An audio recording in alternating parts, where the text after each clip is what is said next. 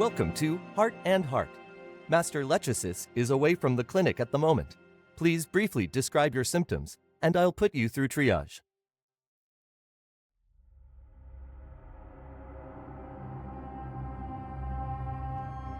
It's a plant cultivation BRIGHTON that Lechesis got from a botanical garden.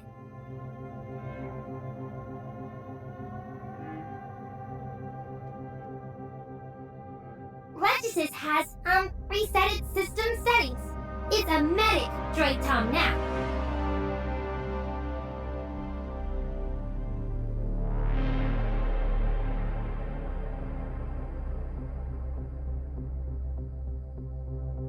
Looks like quite a lot has happened while I was away.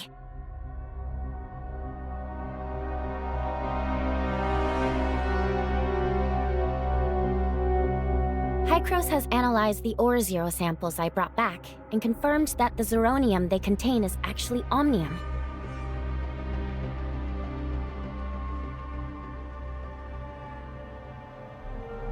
I didn't bring back enough samples, so we can't draw any reliable conclusions yet. Brevi asked me to collect more soil and rock samples from different locations next time I return for further study.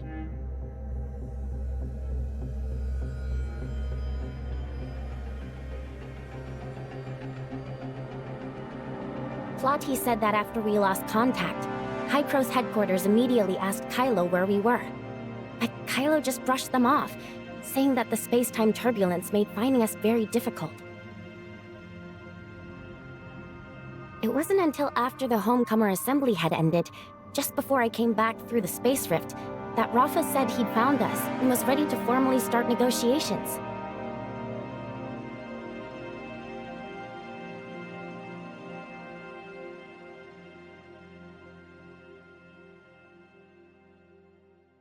It's not just that. There's also the matter of what kind of relationship Anchor Infinity and Hykros headquarters plan to establish, and how the Kailians and the various Hykros domains will communicate and interact going forward.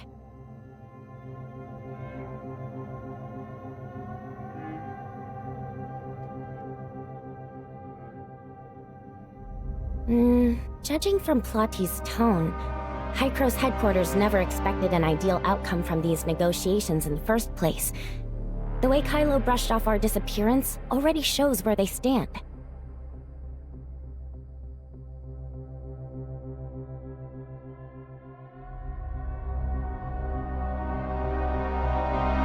So, according to Plotty, the plan for the negotiations is to prioritize our own safety, stall for time, and most importantly, secure the Space Rift technology as quickly as possible. Only with Kailo's Space Rift technology in hand will Hykros headquarters be able to make Anchor Infinity genuinely willing to sit down at the table. That's when the real negotiations will begin. Plotty also said that if everything goes smoothly, Kailo could end up becoming District 4, just as Hykros originally planned.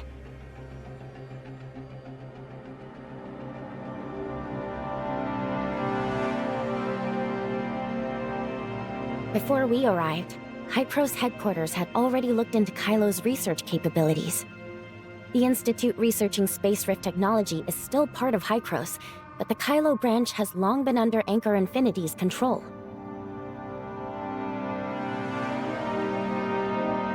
Hykros's Kailo branch inherited the scientific achievements from before the Cataclysm, and Anchor Infinity later absorbed them, renaming the facility the Hykros Tech Institute.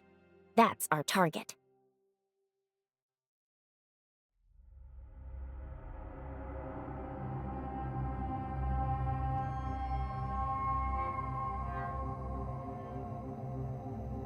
Oh, Plotty already sent me those.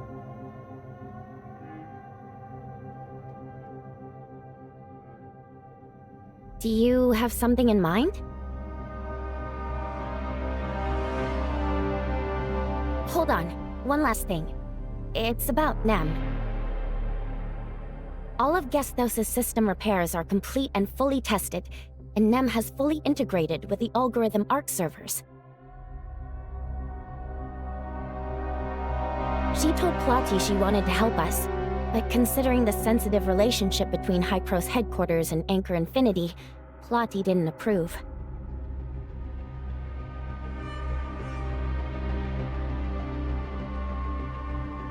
So Nan quietly told me that if we ever need her help, I can contact her directly on the Angels of Clemency's internal comms. She'll find a way to avoid detection by the other authorizers and locate us using my comm signal, just like when Vagus slipped into Gestos.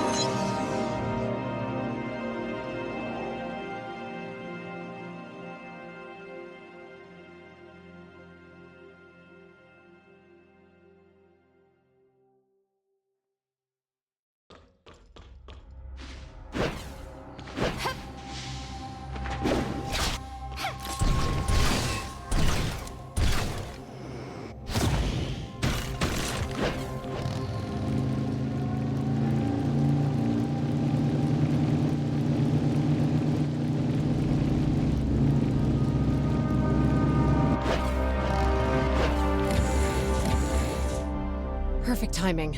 I just cut off comms with Nanto. His ship is about to arrive at the Or-Zero zone to pick you up. False kindness and hidden malice. He even says he wants to take Carrot along. Over my dead body. If it comes to that, I'll just send back the 8 million credits.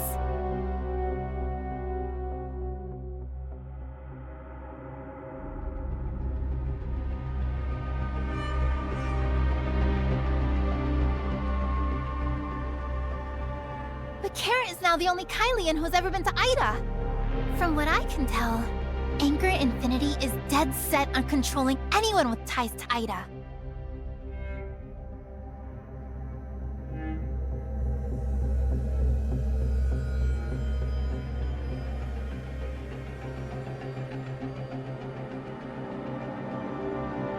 Ever since you admitted that you're from Ida at the Homecomer Assembly, the nickname Ida Visitor has been quietly circulating throughout Kailo. People won't say it to your face, but behind your back, the rumors are flying.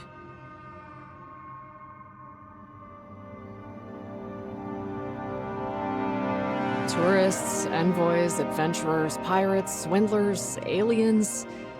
In the past, Anchor Infinity would never have let talk like this run rampant. Yet this time, they're eerily silent.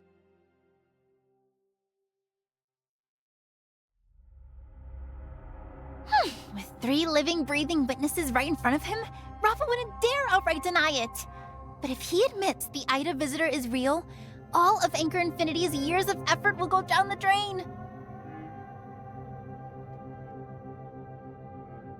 My classmates back at Nova, and even some of Aster's father's connections, all say that Anchor Infinity has been constructing a massive habitat, and that they've recently made progress.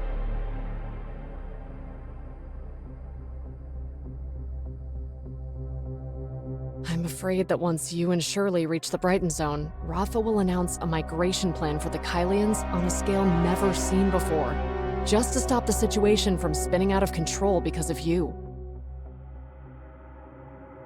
What do you mean?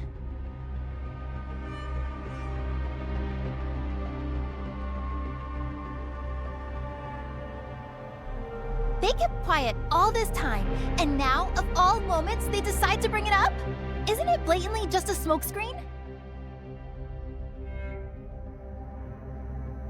Not necessarily. Before we were even born, several great families pooled nearly all their resources into a massive interstellar exploration program to build space stations. You mean when the Or-Zero zone was discovered?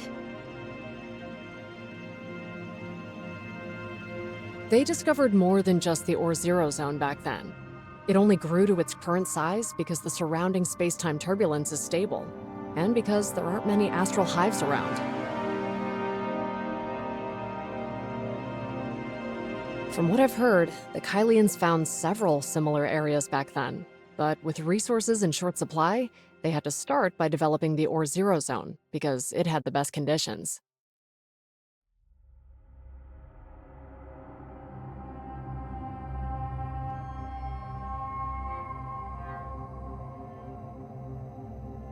That's what I was thinking as well. I'm afraid your arrival forced them to reveal the existence of this settlement ahead of schedule.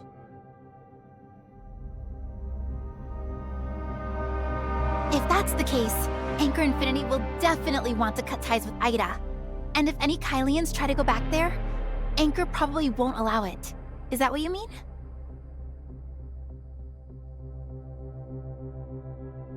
It's too soon to think that far ahead. We still haven't dealt with the problems right in front of us. General Veronica was just sent out a few days ago on a major exploration mission. You mean the largest expedition in the Hope Fleet's history? The one Veronica has been trying to launch ever since she took command? That's the one. She's been proposing it for 7 or 8 years now.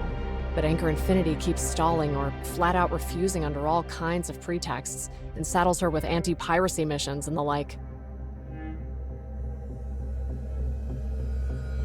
For Anchor Infinity to suddenly consent to the mission can only mean they're afraid the General will throw her support behind you, so they've deliberately sent her away. That means your trip to the Brighton Zone will be riddled with danger.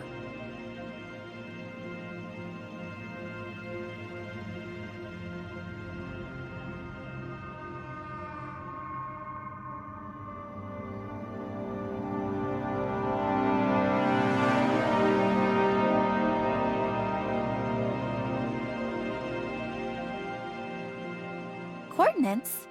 What coordinates?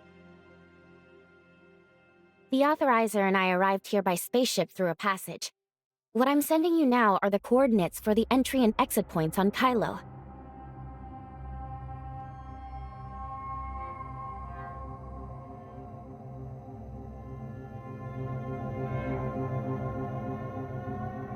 Then why don't we just do it now?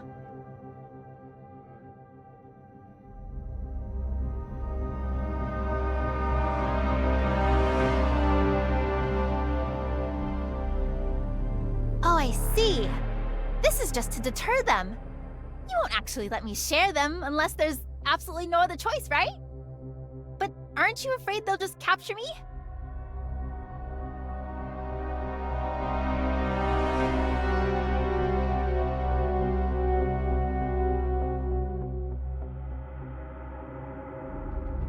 Your plan has just one flaw. Keeping Lindsys and Helene in the same room for 7 days. I doubt Lindsys can keep her cool till the end.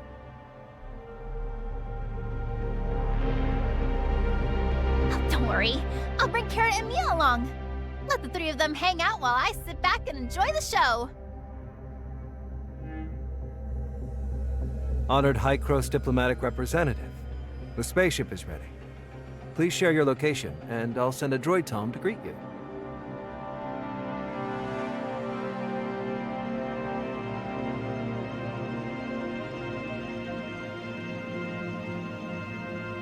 Very well. We'll be waiting. Oh, and don't forget to bring Carrot. Mr. Rafa has invited the press to capture your story.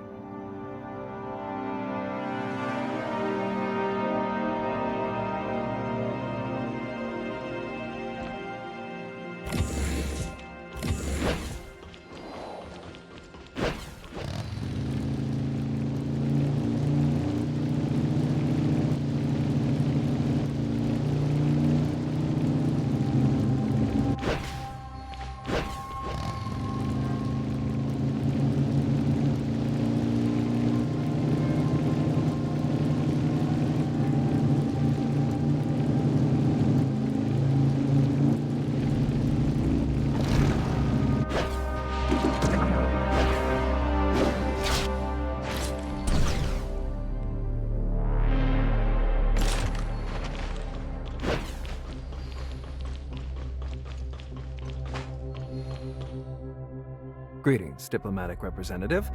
The spaceship is ready. Where's Carrot?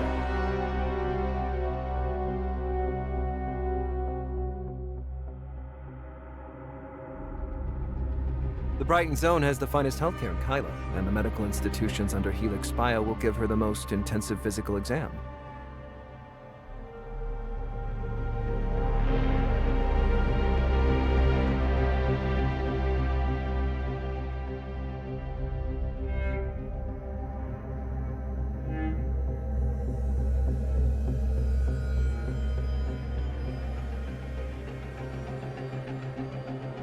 You're right. Besides the press event, we've also arranged a series of tours for our guests from afar. We should make the most of our schedule.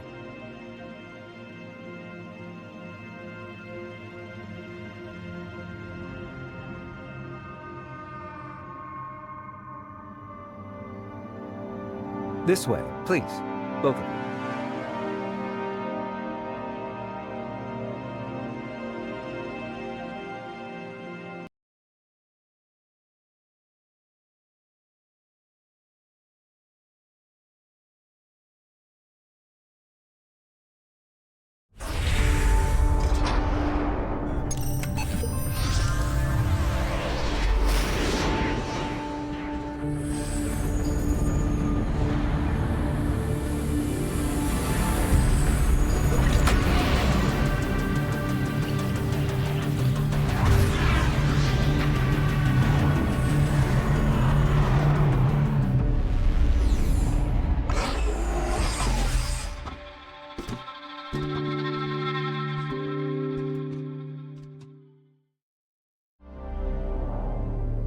Esteemed guests, good afternoon. Welcome to the Brighton Zone of Kailo. Current atmospheric pressure 1002 HPA. Temperature 24 degrees Celsius. Humidity 35%.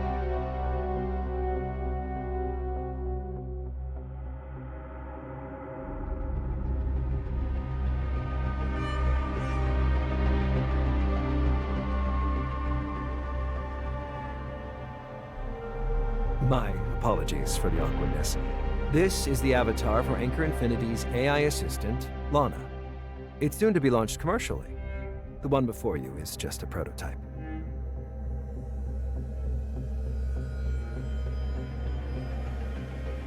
Lana, set affinity level to 5 and emotional level to 4. Understood, Mr. Nanto. New settings applied. Honored guests, good afternoon. Welcome to the Brighton Zone in Kailo. I am Lana, and I will do my utmost to meet any of your needs.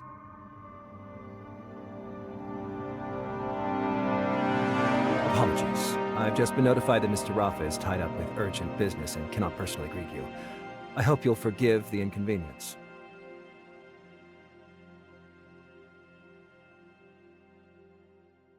Instead, allow me to introduce Mr. Joe Hamilton, CEO of Helix Bio, Inc., and Professor Johns Daly, Director of the Hycros Tech Institute.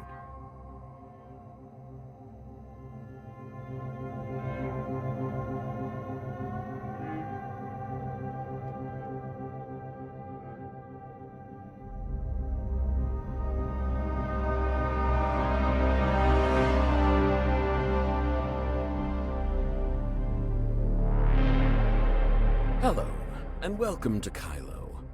Mr. Rafa has asked us to do everything we can to accommodate your requests and give you a proper tour of the Brighton Zone.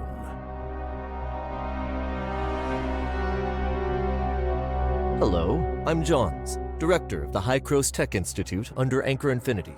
Just call me Johns. I suppose that makes us colleagues. Today's schedule is pretty simple. First, we'll take a look at Helix Bio's latest research and the Kailo Expo Hall. And after that, we'll attend a press conference.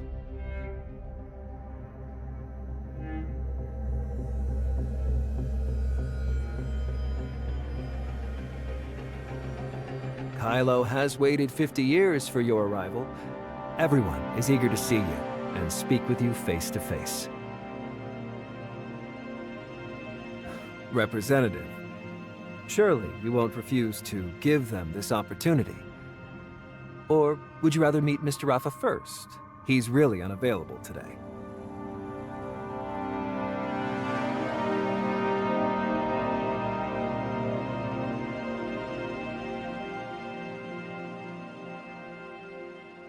Thank you for granting the Kylians this precious opportunity for dialogue. Please, follow me.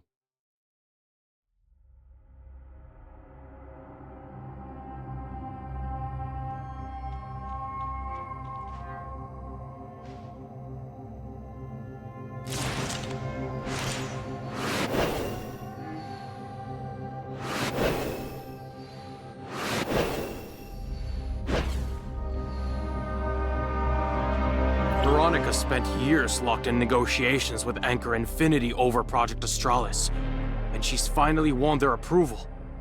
That was no easy task. I heard Anchor Infinity couldn't afford the resources Project Astralis required back then. It took nearly 20 years of saving to barely agree.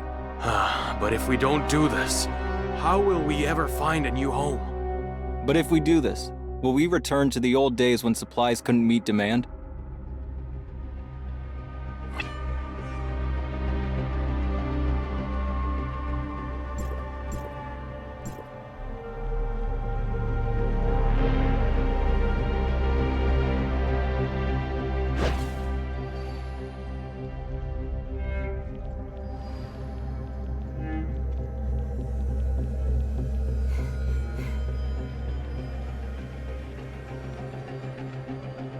Have you heard?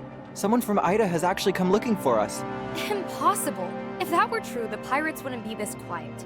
They'd have clashed with the Anchor Infinity ages ago. If Ida has been found, that might be good. We could finally eat some cheap oranges, right?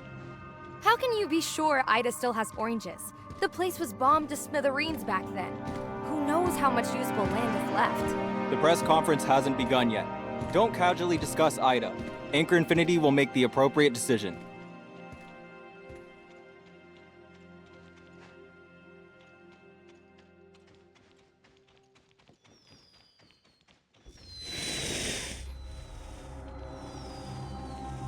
Thanks for sharing the latest patch.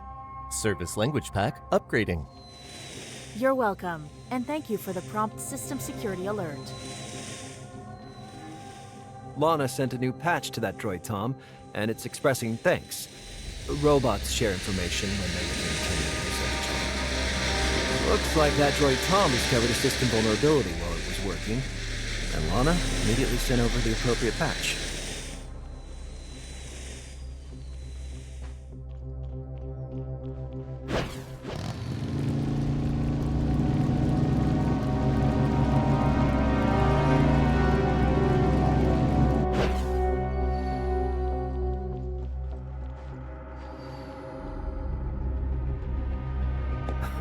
My apologies, everyone.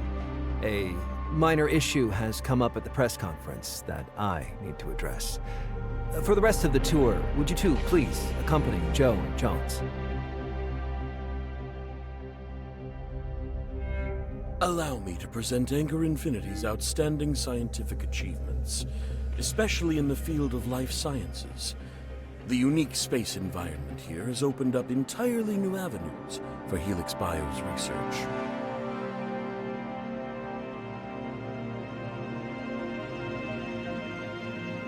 We've achieved extraordinary breakthroughs here, further unraveling the secrets of life.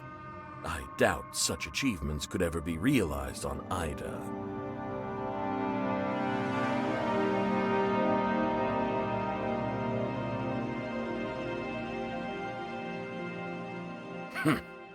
You shallow, ignorant, scientific illiterate.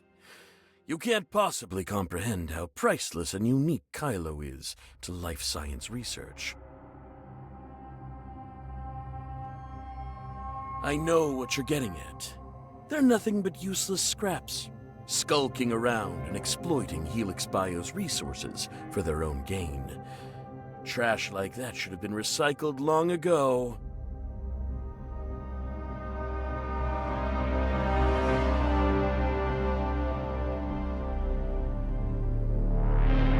Life has many forms of value. Even waste can fulfill its purpose at Helix Bio. But obviously, you Idans can't possibly understand that.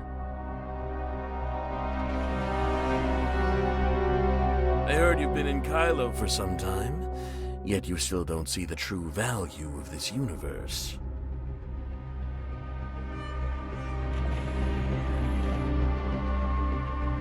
You mean those insectoid creatures that can coexist with the turbulence? Those who have pushed life beyond its limits indeed have sharper insight. The Astral Hive is our most precious treasure. The Kailians rebuild new life from ruins and wastelands, and rely on a renewed understanding of life.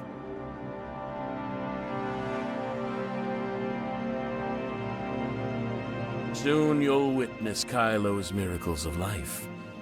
Evolution is right here. Our time is limited. Please promptly proceed to the next stop.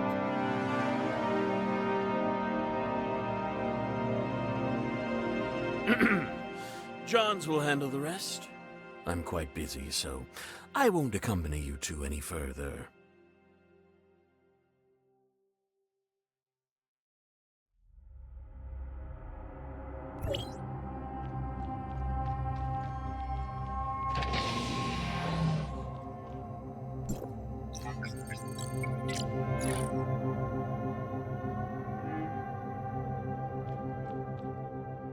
This is the Kailo Expo Hall. Feel free to explore the exhibits. I heard that after the explosion, it was Hykros who restored order in Ida, right?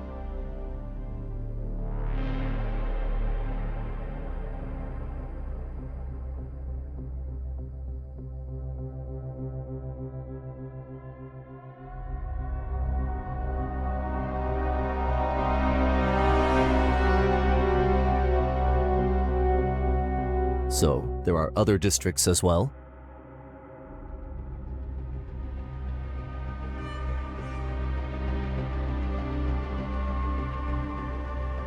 Thera, huh? My grandfather was supposedly from there.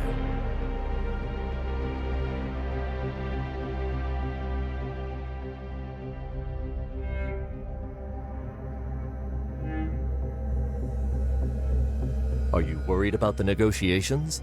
I'm afraid that's out of my league. Hykros is just a small research institute under Anchor Infinity here in Kailo.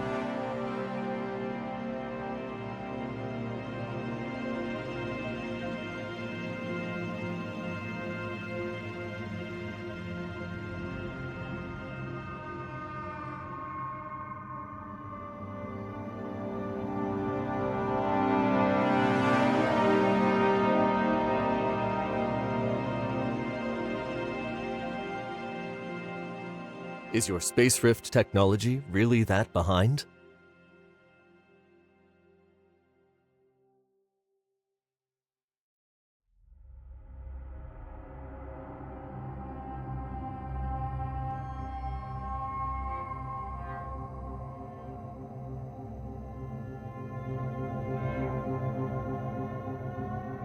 I understand, but I'm afraid there's nothing I can do to help. If you want us to help you build a space rift, it has to be approved by Anchor Infinity.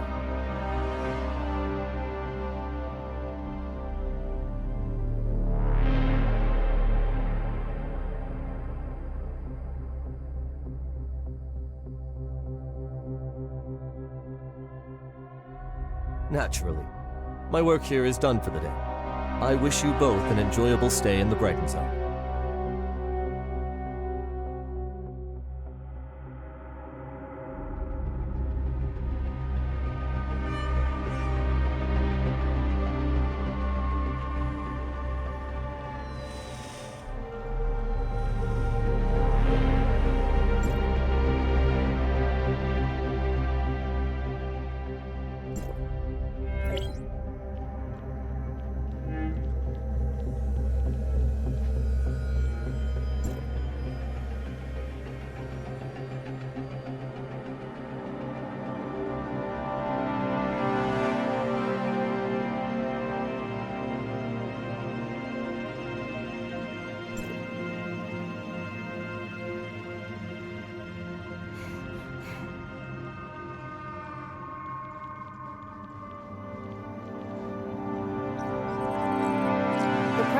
Will begin shortly. If you're interested in the expo hall, you're welcome to come visit when you next have time. Please, follow me to the conference venue, you two.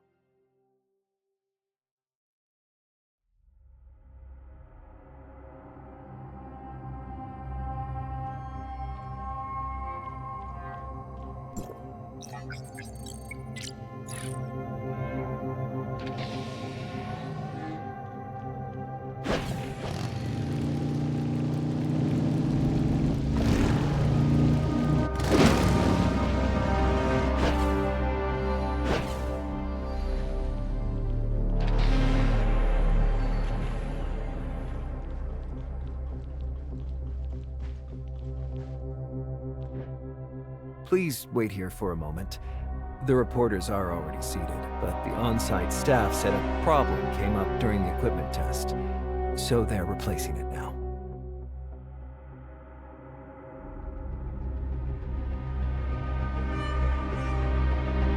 Everything's ready. Please, follow me. Don't worry. If there are any tricky questions you'd rather not answer, I'll step in to help.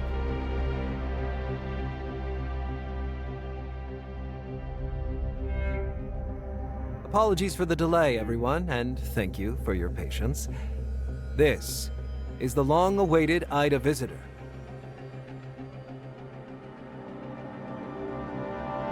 Anchor Infinity is fully aware of the recent rumors circulating about the IDA visitor. To put everyone's doubts to rest, we have arranged this press conference.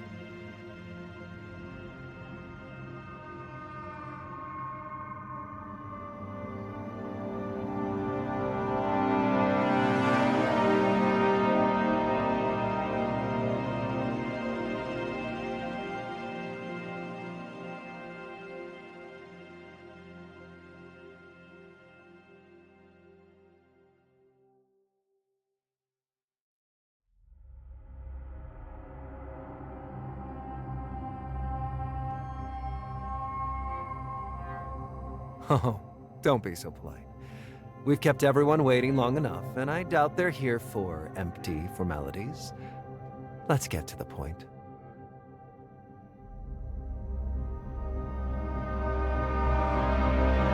I've got a question! Over here! Hello?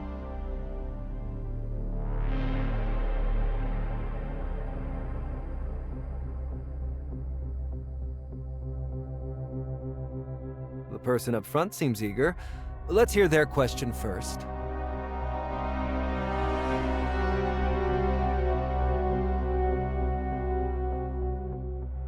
Hello, I'm Knox with Frontline Echo. May I ask what evidence you have that you came from IDA?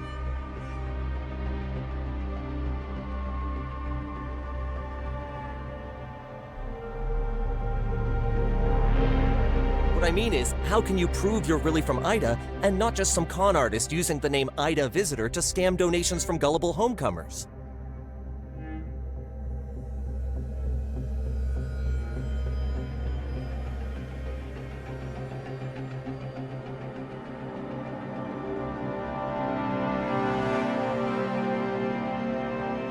Then what are you here for?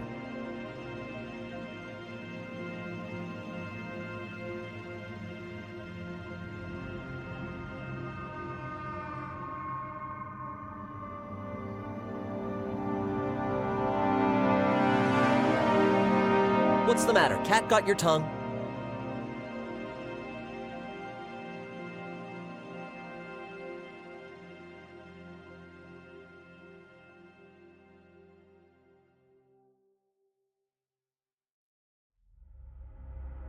Huh, dodging the question. If you ask me, you're nothing but a slicker version of the same old con men.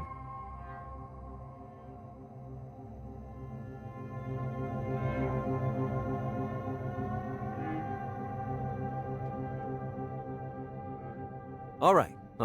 Reporter Knox doesn't mean any harm. It's just that in the past, Kailo has seen lots of crooks pretending they'd found IDA to swindle the public.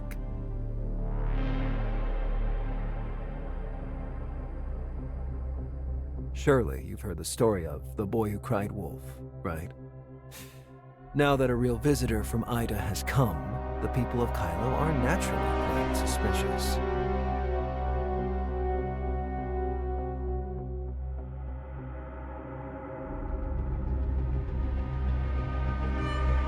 Don't worry too much. Really, you could just show us something from IDA. Just one thing would prove you're telling the truth.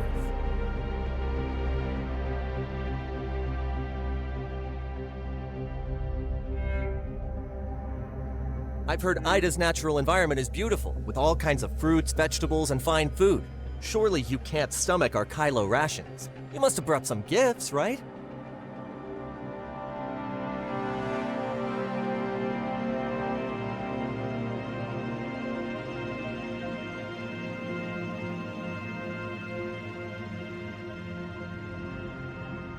And you still claim you're not a swindler?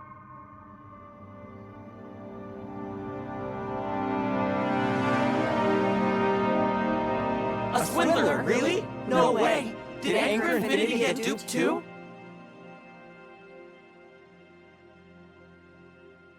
Enough. Since nobody's willing to believe, I'll offer a solution. Idans, like us, can use space rifts.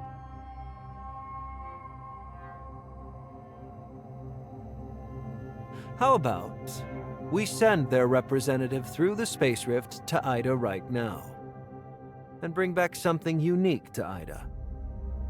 If they return with proof, that will surely settle everyone's doubts.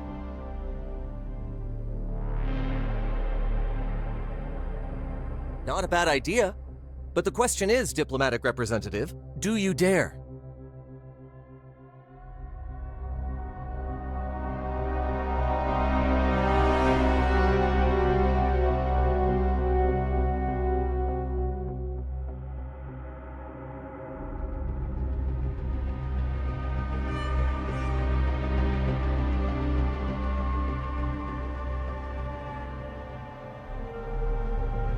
I'm Shirley, assistant to... There's no need for them to go in person. I can handle it. The space rift needs a beacon from Asperia. Mr. Nanto, do you mind helping me?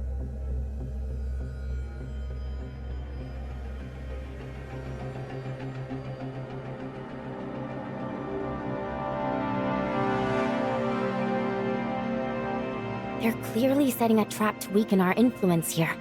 If we don't play along now, we'll be branded liars immediately.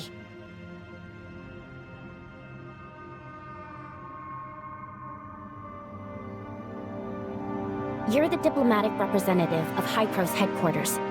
Your every word and action reflects on Hycro's. It sounds grand, but it means we must watch our words and actions to avoid giving them any ammunition.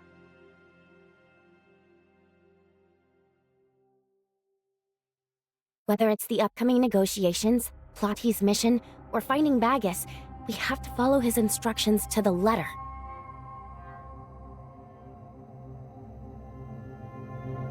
Besides, you gave us a contingency before we left, didn't you?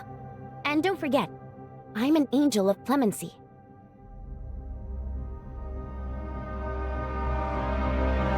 What are you whispering about? Afraid of being exposed and thinking of running away?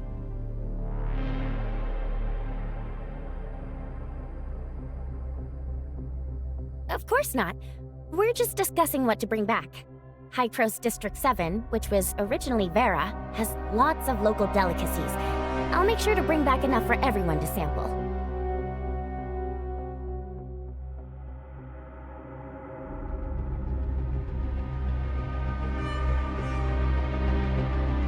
Looks like the accomplice abandoned the fraudster and ran. Perhaps they're already on a spaceship, concealed by space-time turbulence and vanished without a trace.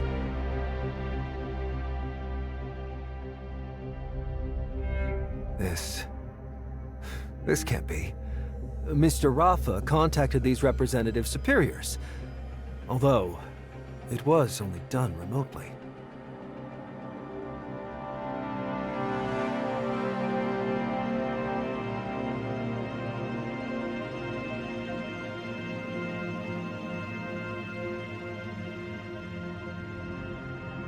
The space rift is incredibly intricate.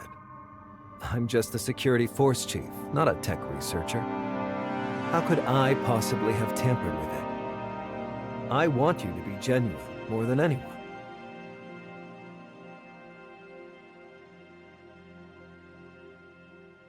Mr. Nanto, we all know the Anchor Infinity has tried everything to improve life for the Kailians. When people get anxious, it's only natural for others to take advantage.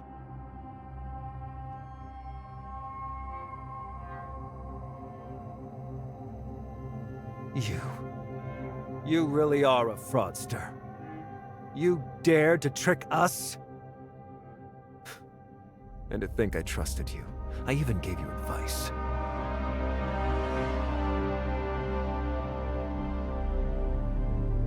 Guards! Throw this fraudster into Brighton prison. Then, track down any accomplices and have the Hope Fleet issue a wanted notice.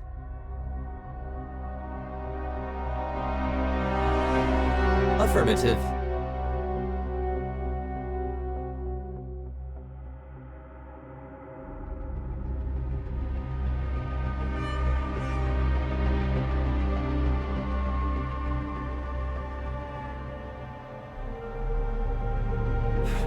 Enough talk. Do as I command.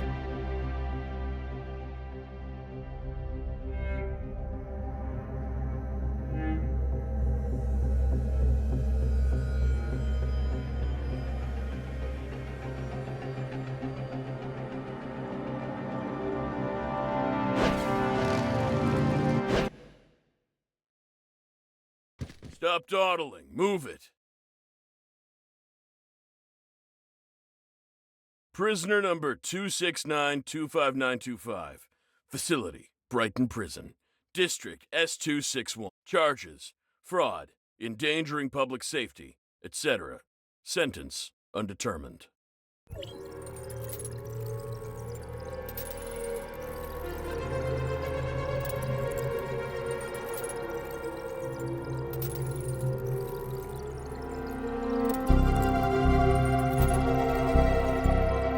Which part of what I just told the press didn't sink in?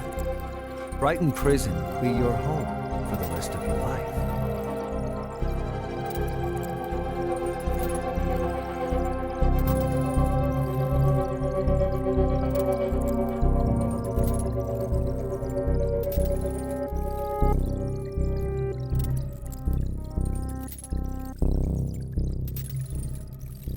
You already know Hykros pressured Anchor Infinity for your safety.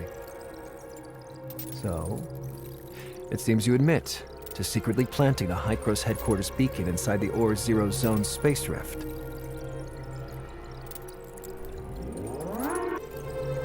Understand this.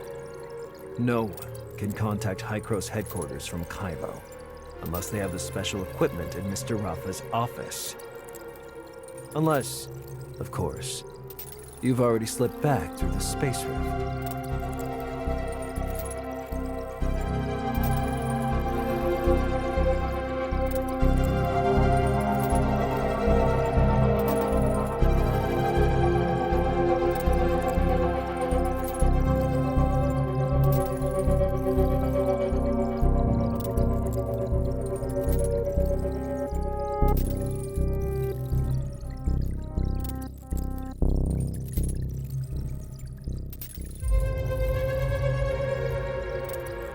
You should do the reflecting.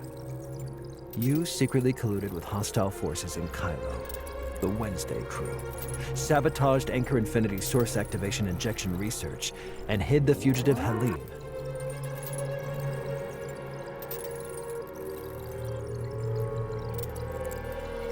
Oh, and if you hadn't been caught today, were you planning to secretly reach out to Director Johns to see if he would serve Hykros back on Ida?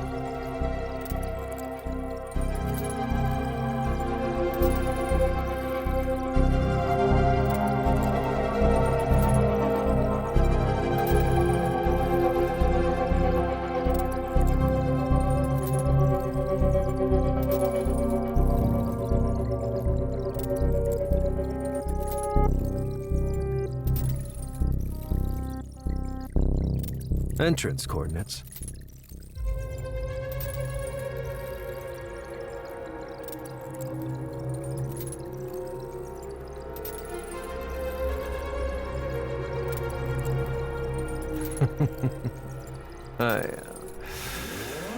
How can anyone be this stupid?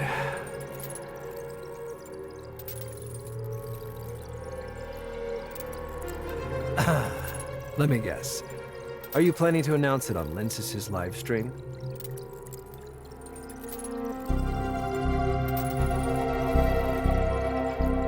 The coordinates you're planning to leak, they aren't the ones Anchor Infinity sent to Hykros, are they?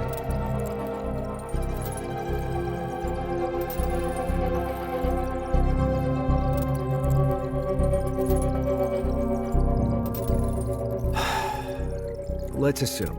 These are the two most critical points in your plan. First, Linksys Livestreams runs on Echo Corporation's servers, which is another subsidiary of Anchor Infinity.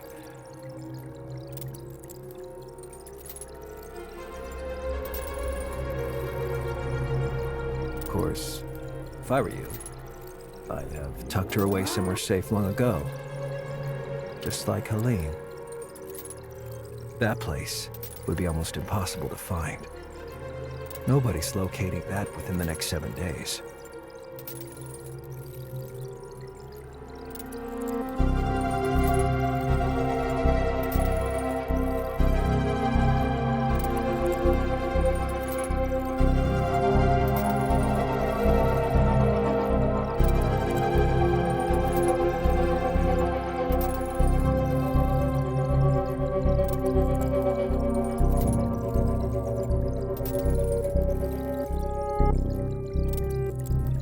Not that we can't find them, it would just require too many people. Tracking down someone that insignificant isn't worth the effort.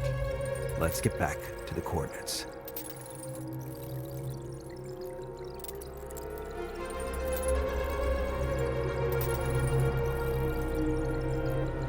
The plan for building the passage is straightforward. Hykros and Kailo each open a channel within their own jurisdictions and ensure that they link up at a confirmed space-time connection point. To be absolutely safe, Hykros and Kailo share the coordinates for each end of the passage. However, unlike in Ida, the universe Kailo sits in is affected by space-time turbulence. So those coordinates aren't stable.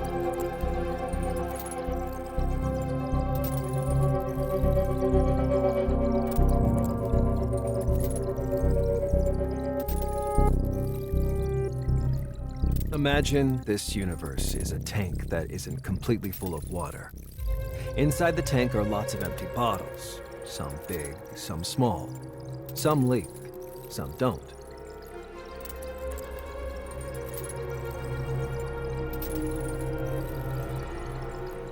If the tank is shaken by some unknown force, the bottles drift with the chaotic currents. Their positions won't stay fixed.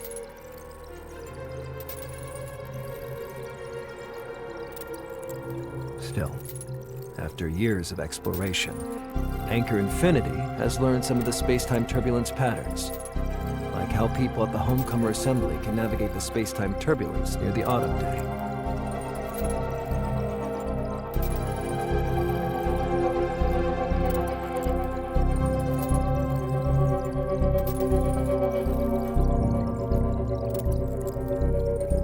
Exactly. Right now, it's probably just a vortex of raging turbulence.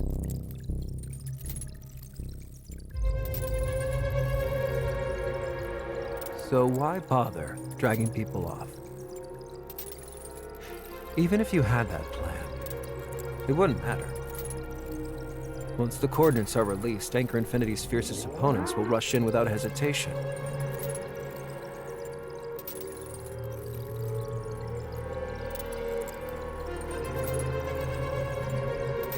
If your plan succeeds, Anchor Infinity's enemies will be wiped out. And the fence-sitters waiting for their return will finally realize which way the wind is blowing.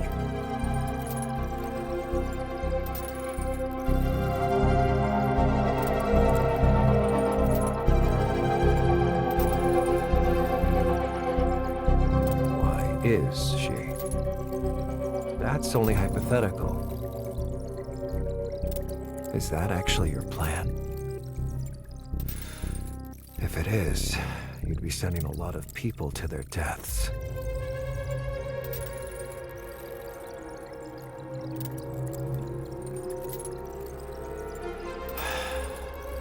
Sorry. I have another meeting to get to. After all, thanks to that press conference, Anchor Infinity, despite its best efforts to win the public's trust, has ended up a victim of fraud.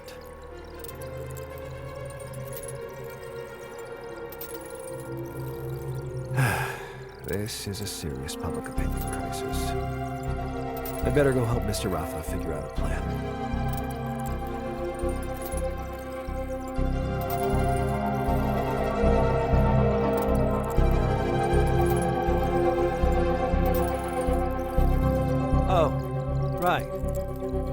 Didn't you make a wish at Odin's Tavern to come to the Brighton Zone?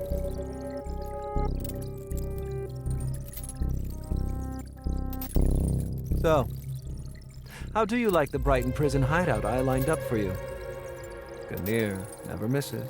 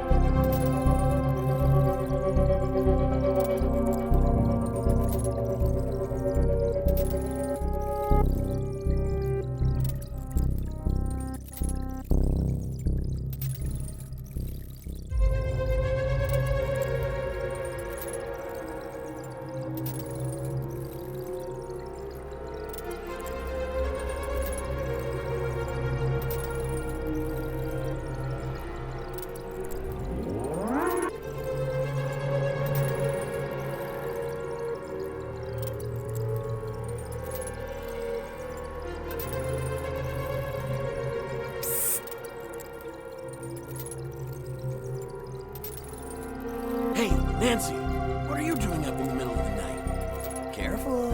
If the droid Tom catches you, he'll send you straight to Dreamland.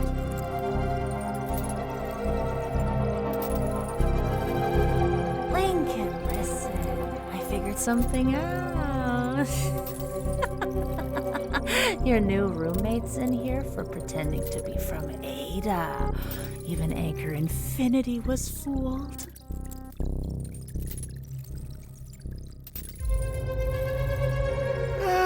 Whatever. Wait, even Anchor Infinity fell for it? That kid's got some guts.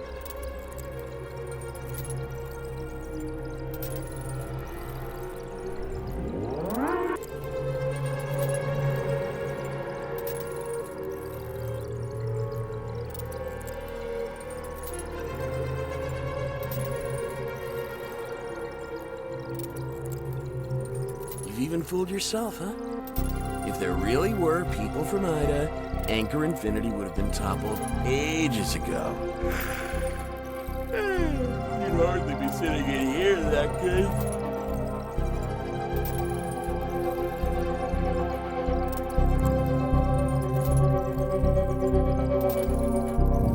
Maybe it's not a lie and they're just crazy.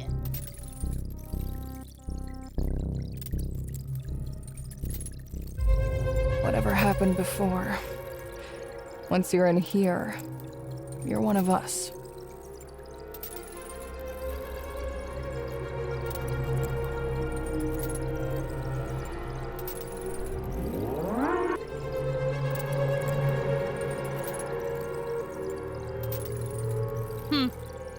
You aren't really from Ada, are you?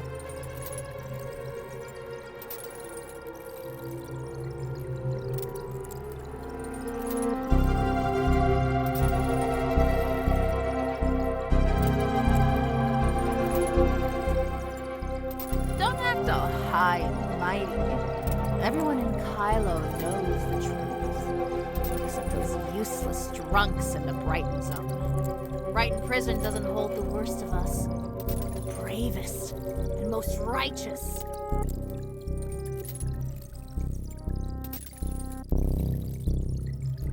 Only those who dare to speak the truth, who dare to resist, who dare to sacrifice themselves for justice deserve to be here.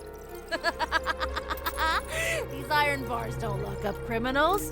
They lock up Kailo's last conscience.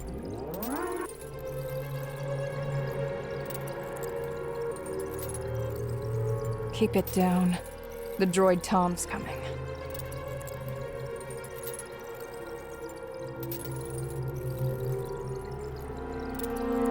New fish.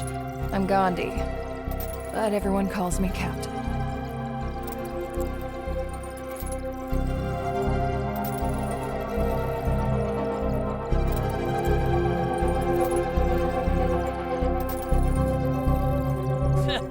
What's with the attitude? What are you, a chunk of raw ore or something?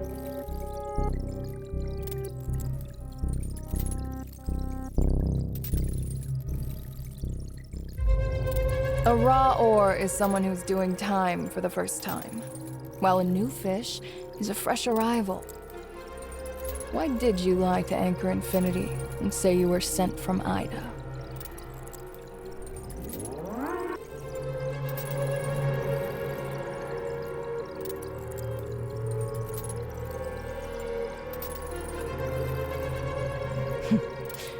Interesting. So, tell me, how exactly did you find your way to Kailo?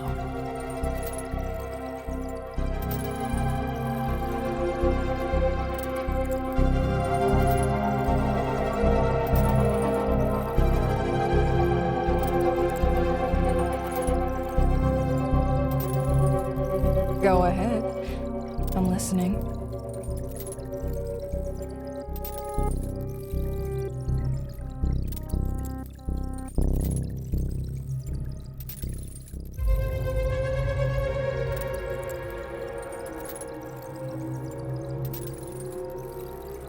Looks like Anchor Infinity hit you pretty hard. I believe you're for real, Aiden. Just before you arrived, Anchor Infinity hauled in a batch of pirates they caught at the Homecomer Assembly.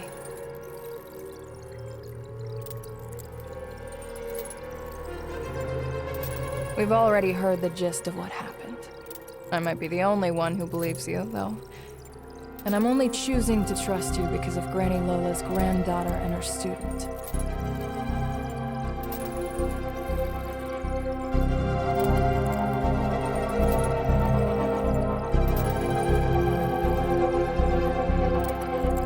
I used to follow Granny Lola.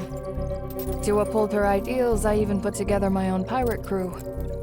But later on, I needed to make ends meet, so I went to the Brighton Zone for business.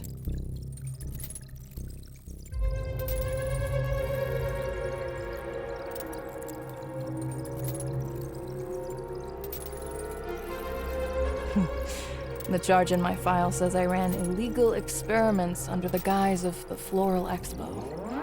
In truth, I was plotting an uprising against Anchor Infinity. The original sentence was 20 years, but after 2 failed escape attempts, I've now got 99 years and 10 months left.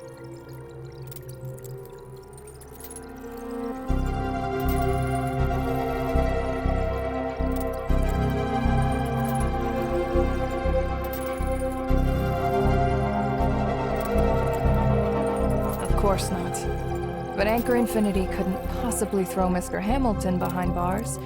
He's the man who's responsible for Helix Bio's greatest achievements. They needed someone to take the fall, and my background and timing made me the perfect scapegoat.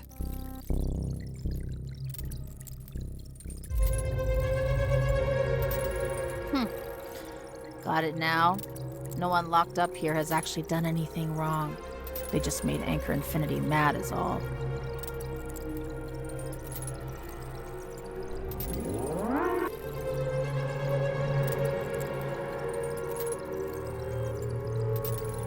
I'm an Ore Zero foreman. I organized a strike after Anchor Infinity's harsh treatment. Got 20 years for it. 14 left. I got 8 years for doing maintenance and system repairs on ships without flight permits. Only 2 left now. So, how long did you get?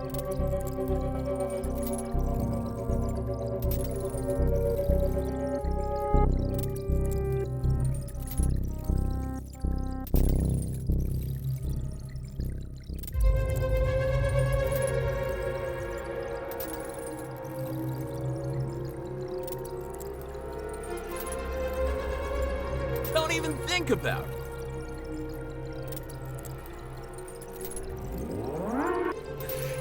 it. You're actually pretty funny.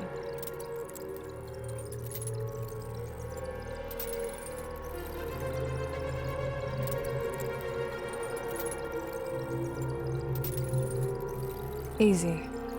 You figure out a way to break free from despair.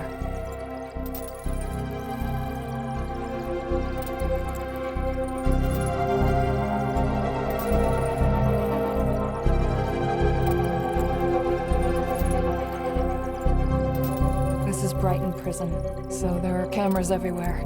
Except for the main gate, the whole perimeter is engulfed in raging space-time turbulence. Helene, that crazy girl, actually burst through a wall and leapt straight into it.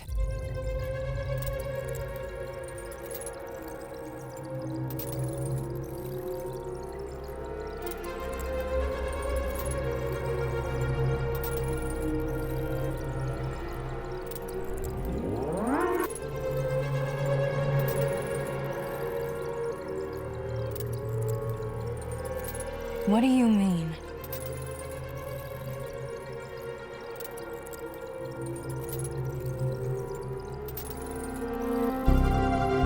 If Lindsys really takes the homecomers to those coordinates, won't they all perish without a trace?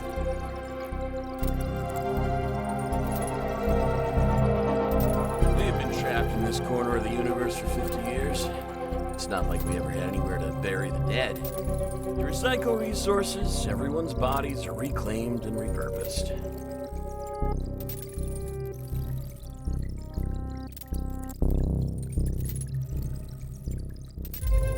Is this really the time to be talking about that?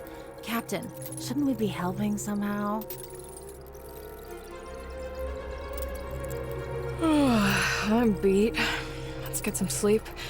We've got work to do tomorrow.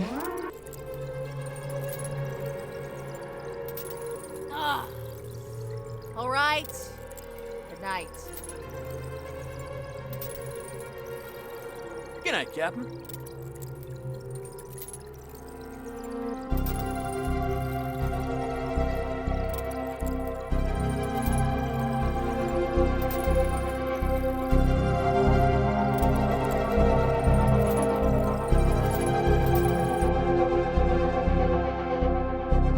Two, 5, 9, 2, 5, 2, 5, 9, 2, 5. Breakfast time. Breakfast time.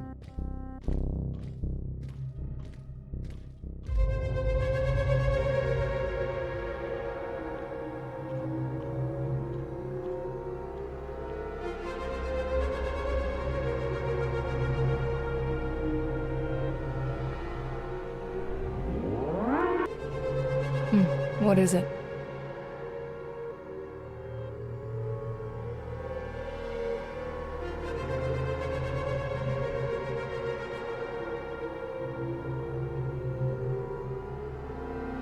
Are you really worrying about that right now?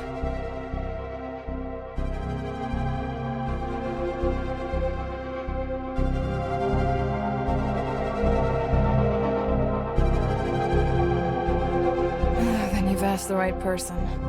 I actually know the answer to that. The owner of Odin's Tavern is Apex, the space station's largest shareholder. The CEO of Apex died an unnatural death just before the space station was launched, and control of the group was transferred to Asurata, the eldest son of the Todd family. He was also the one who stepped up to take charge during the station's explosion crisis.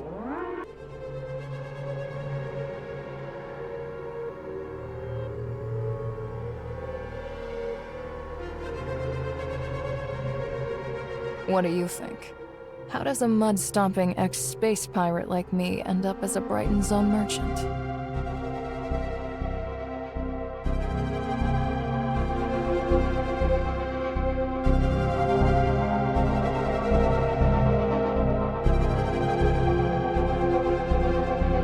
Because I was born in the Brighton Zone. My mother was an Apex engineer in charge of the space station's reconstruction, and she had close ties to the Todd family.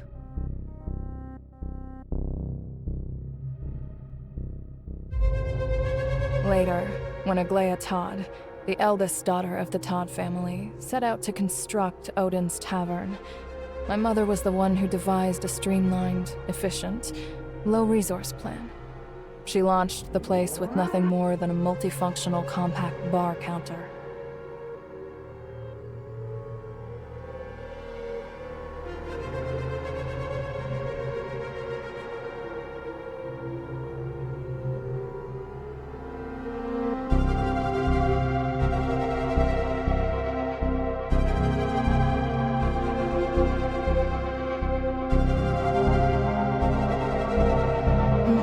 That's a whole other story.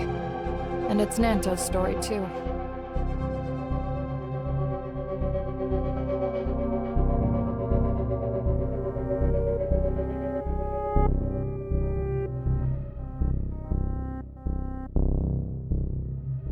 I don't know exactly who, but within the Homecomers' innermost circle, everyone knows Apex never really disappeared, because Odin's Tavern has been running the whole time.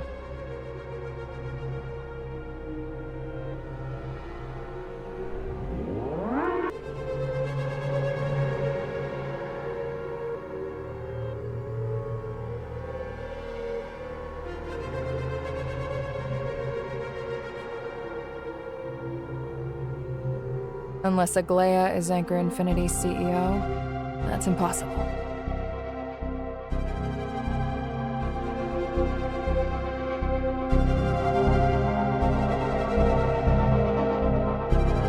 You're an Aiden, so you don't understand Miss Aglaya at all.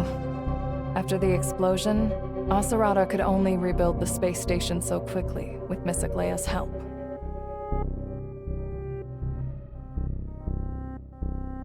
She's a tech prodigy who led the space station's AI reconstruction. Back then, the explosion had all but obliterated the station's AI servers. Barely 1 in 10 remained. Without her help restoring the AI, not a single person aboard would have survived.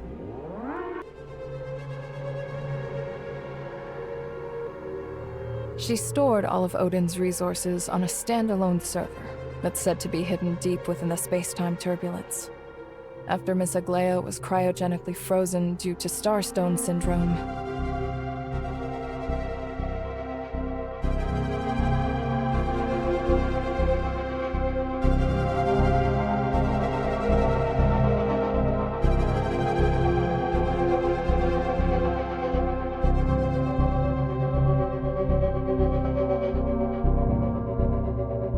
the news said it was cryogenic freezing. Anchor Infinity even turned the case into an ad for their new stasis pods and plastered it everywhere. But almost no one believed them.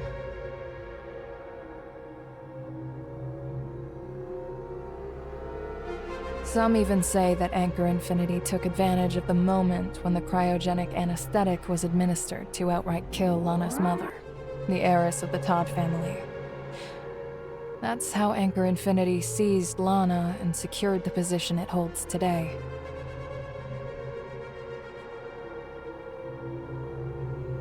Anyway, that's all old news from the last generation. You wanted to know about Odin's Tavern, right? Word is, before Aglaya was frozen, she appointed a trusted confidant to run it in her stead.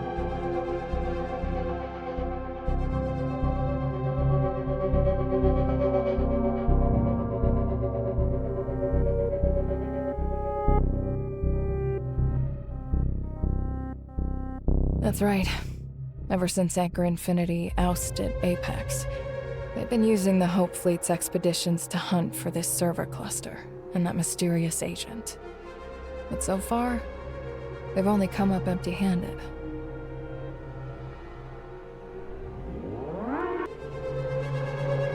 They could send a few hands to run the bar and keep expanding Odin's Tavern, but they can't so much as touch the real Odin's Tavern.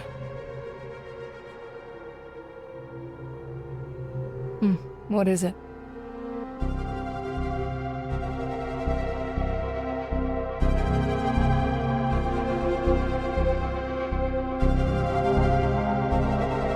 A lot. Depends on what you want to know.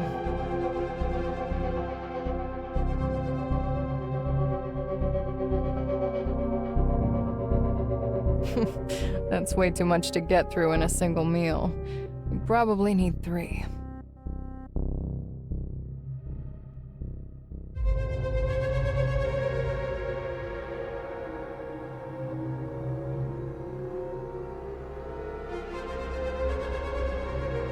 Bagus. That name does ring a bell.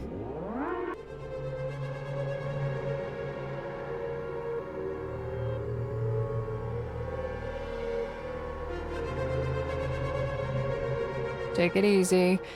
It just sounds familiar. Can't quite place where I've heard it before.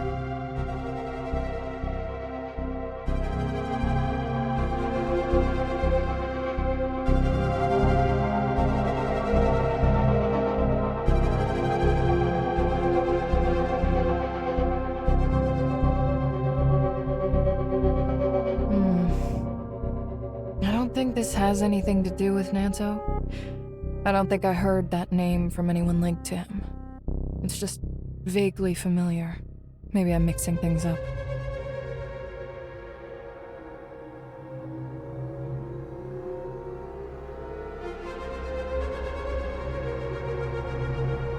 I'll tell you about Nanto first.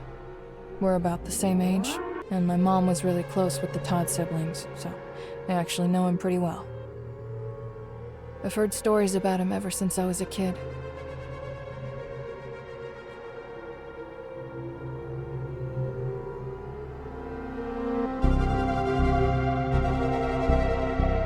No, to me, he was more like a role model.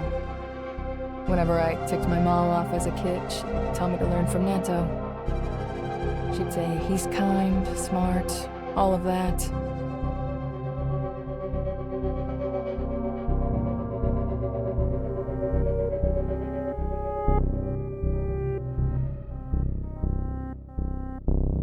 He doesn't know me, but I've known him since I was little. He's Asurata's adopted son.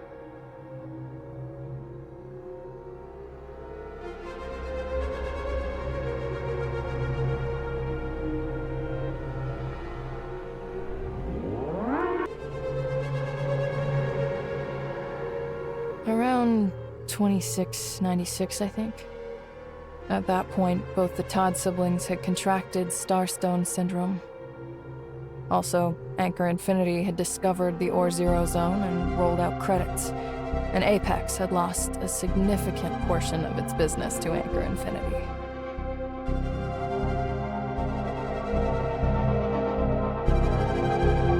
Nanto's parents were also employees of Apex, and Anchor Infinity held a grudge against them over work-related matters. After they died, Asurata adopted him.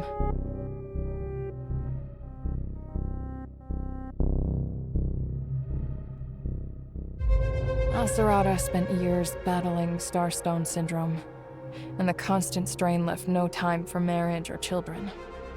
He treated Nanto as his son and poured all his knowledge and skills into him, grooming him to be Apex's future heir.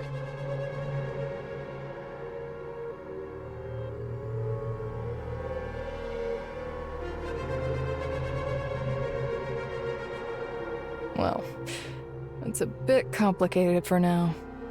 Let's talk about it tomorrow. Breakfast time over. Breakfast time over.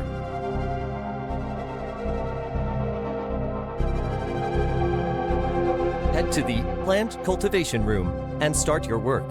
Head to the plant cultivation room and start your work.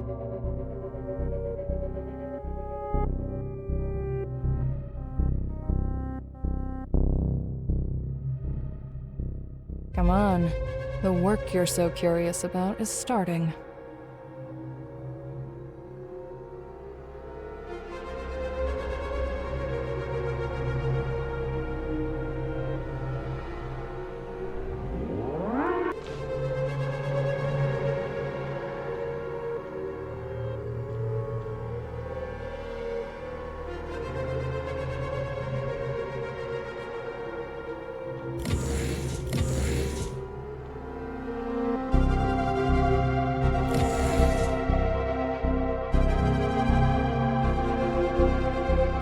I'll teach you. Over here.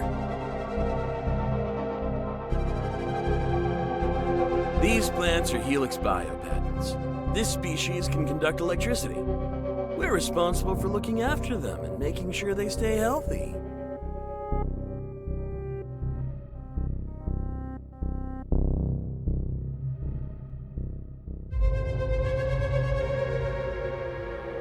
simple. We have 3 nutrient solutions here, each with a different effect.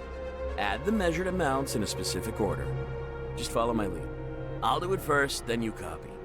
Once you get the hang of it, you can do it on your own.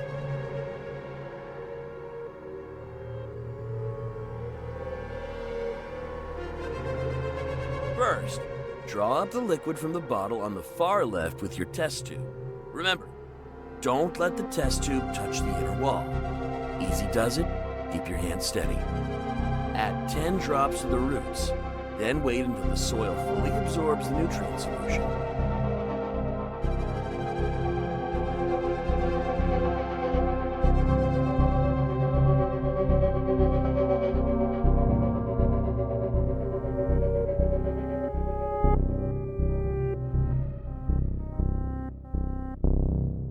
By the way, what were you and the captain talking about just now? She seemed to really enjoy talking with you.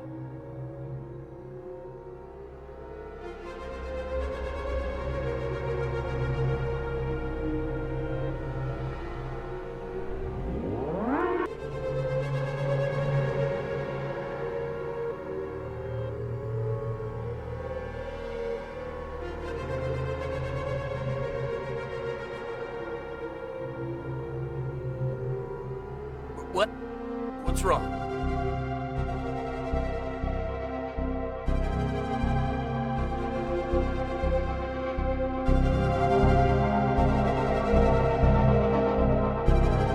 What?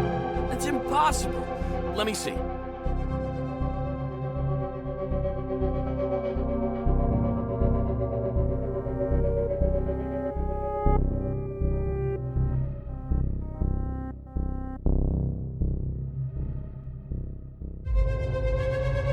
I'm done for.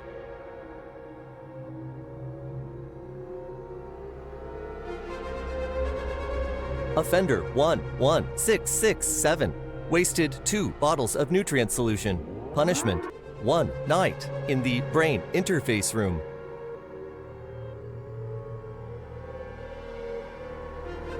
No, please!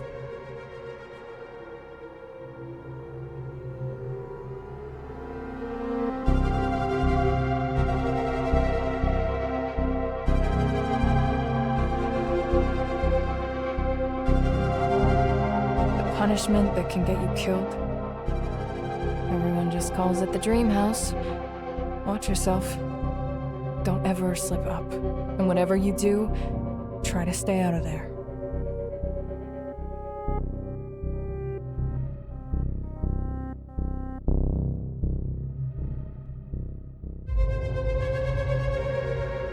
You switched your nutrient solution on purpose, just so you get a taste of the dream house. And you're still worried about him?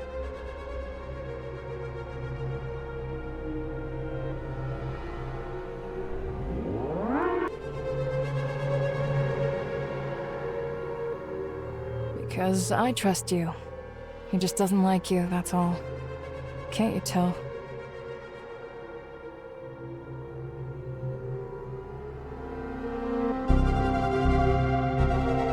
We've got free time until dinner. Since you're so curious about Kailo, how about I take you to the electronic reading room? You can learn a lot there.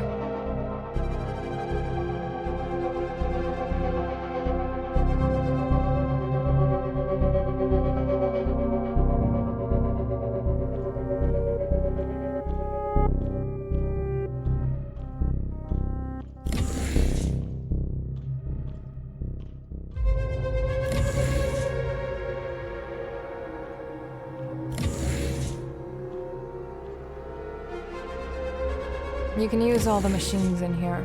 Just unlock them with your fingerprint.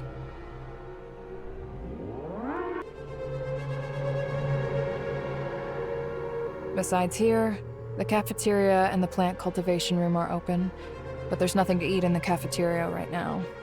If you're hoping to shave some time off your sentence by putting in extra work, you can always head back to the plant cultivation room.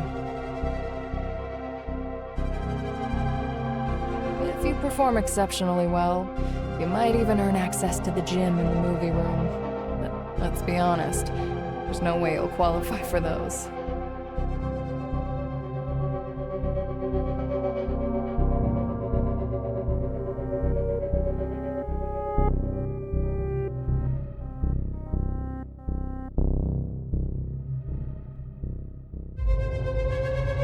Suit yourself. I'm an exemplary prisoner, so I'll go catch a movie.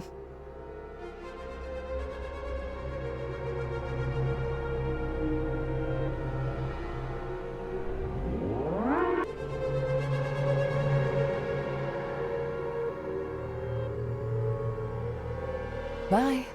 If there's anything you don't get, just go ask Steven over there. He's an old bookworm and knows this place better than anyone.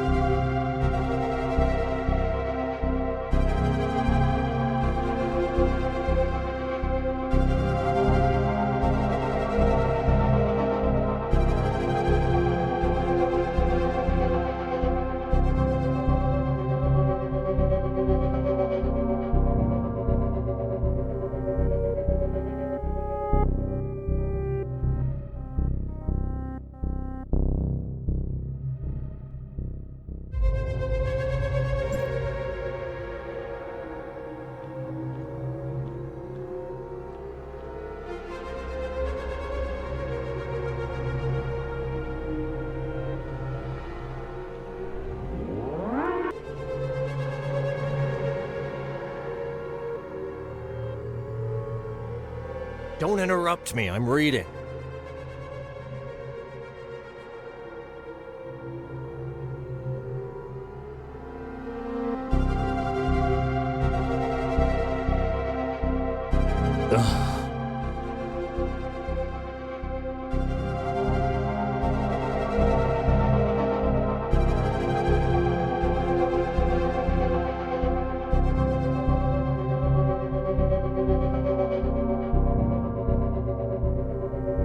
really noisy. I'll answer one question, but no more bothering me after that.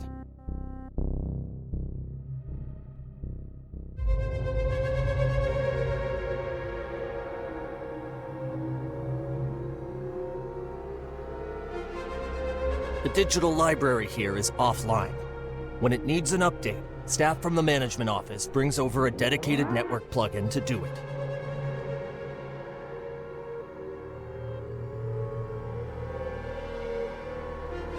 No, don't even think you can find a way to contact the outside world from here. Every time some new fish shows up, they ask me the same stupid questions.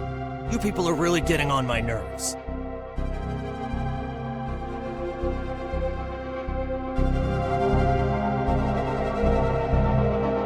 I'm studying, I'm researching, I'm using my life to read. You're wasting my precious life, and you're keeping me from gaining new knowledge.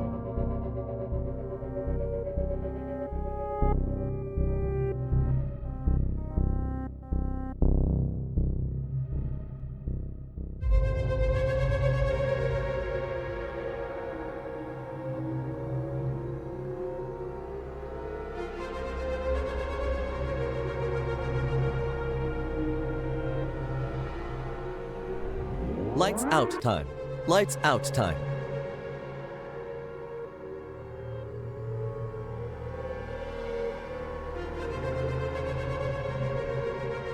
Mr. Raffa, you've only just recovered. Shouldn't you rest a while longer?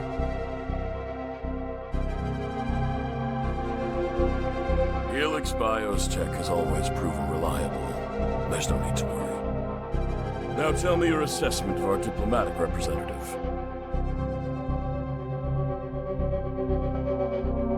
The diplomatic representative Hykros sent is green and inexperienced. Now we just have to wait for those most stubborn homecomers to deliver themselves straight into our hands.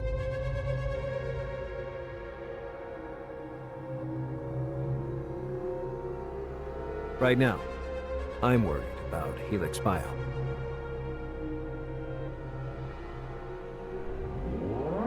Joe. He's not exactly tight-lipped. Rumors about Noah are already spreading.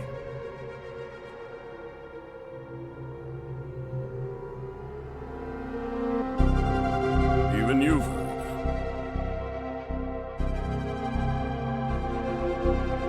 He nearly blurted it out in front of that diplomatic representative today.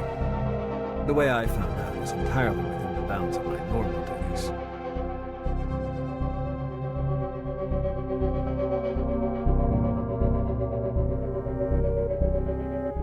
Don't worry. I was planning to make Noah and Project Ark public anyway. This won't affect the bigger picture.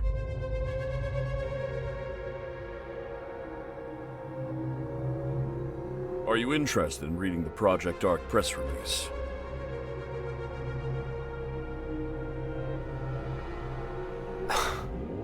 This is outside my clearance.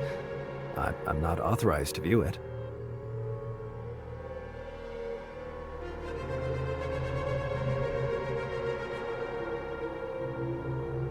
Any leads on that Bagus who was mentioned in the surveillance footage?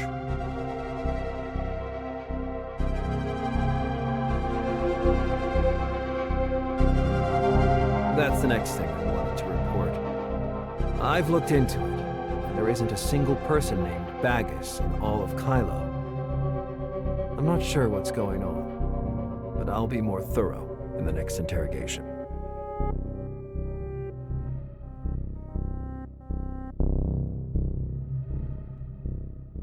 That won't be necessary. Bagus isn't important. Do you recognize this person? One of the passengers killed in the explosion on the space station. An Asperian. I remember him because he boarded with an invitation from Apex.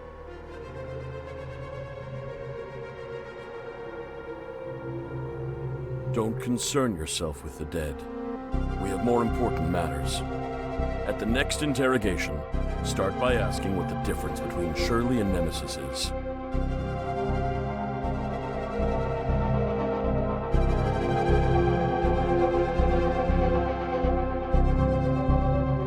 Why do we need to ask about that? I know about Shirley, but who is Nemesis?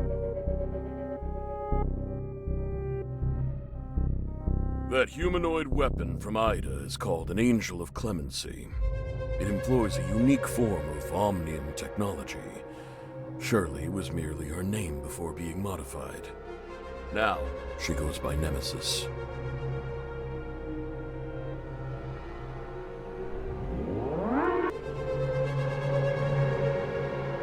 We're studying the manufacturing technology of the Angels of Clemency. It will greatly aid Project Ark, but we still can't break through her subconscious. A door stands in the way, and the answer to the problem is the key.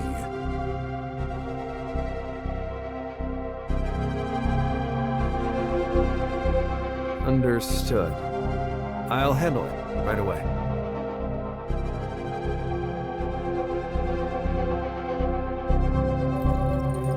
Two 5925. Mr. Nanto, report for interrogation.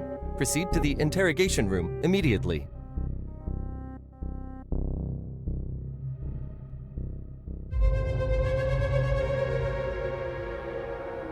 Good morning. You're looking pretty good. It seems Brighton Zone's food agrees with you.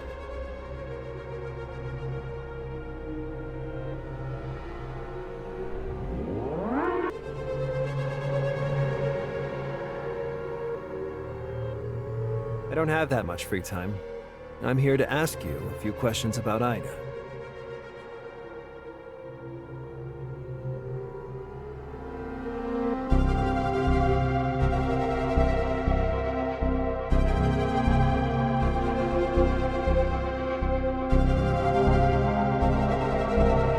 Anchor does think that way, but that doesn't mean I do.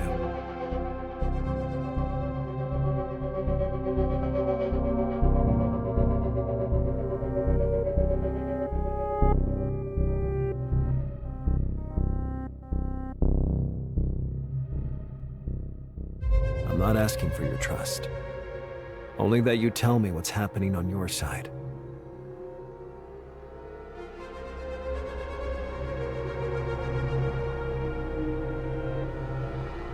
General Veronica of the Hope Fleet is off on a mission.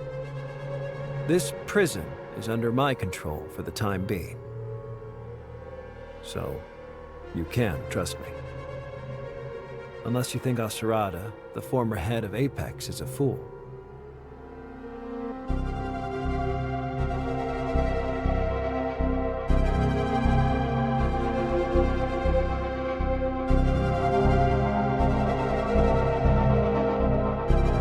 Because I can't bring myself to trust anyone from High Cross. I sat in on 2 of Rafa's meetings with them, and all they did was hype up how perfect things are on their side. It sounds like nothing but overblown propaganda.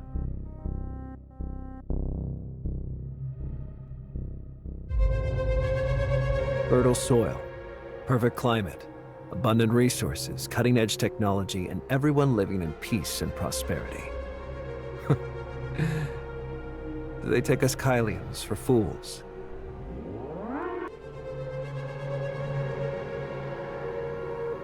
Most of the newer Kailians have long forgotten, but I haven't. I've seen the project files for the Kailo space station.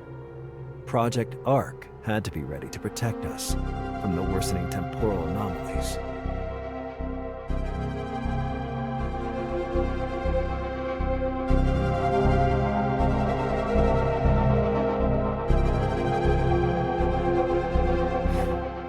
The Kailo space station is known as the Ark. It symbolizes a vessel that carries the last Kailian survivors through the apocalypse as we seek new lives and a chance to rebuild our home. Once the disaster has passed, of course.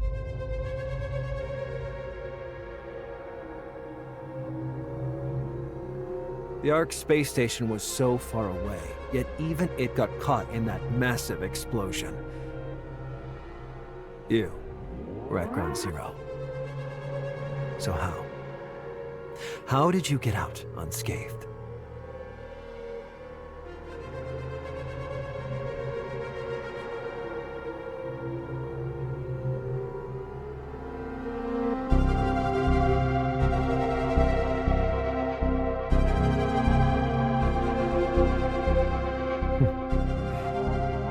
been in the Ore Zero Zone for so long, and you've got deep ties with the homecomers.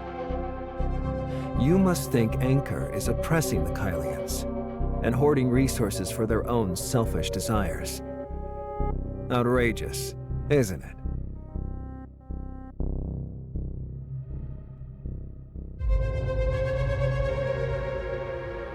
And can you really guarantee that Hykros hasn't told so much as a single lie?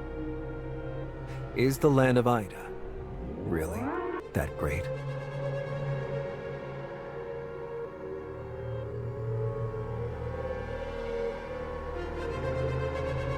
I betrayed Asurana to make my own life easier. That hasn't changed. We're still in Ida, and I'll make my own decisions.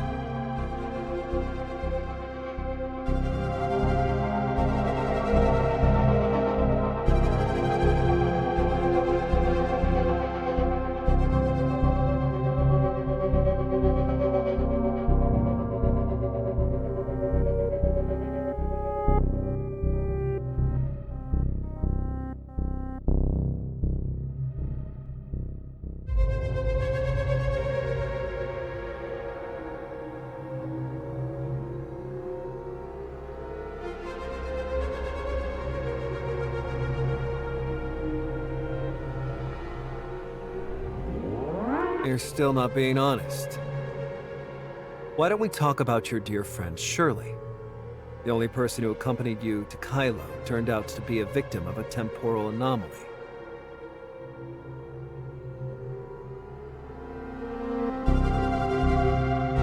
So, you still haven't escaped the temporal anomaly, have you? In her memories, the scenes of it are truly horrifying.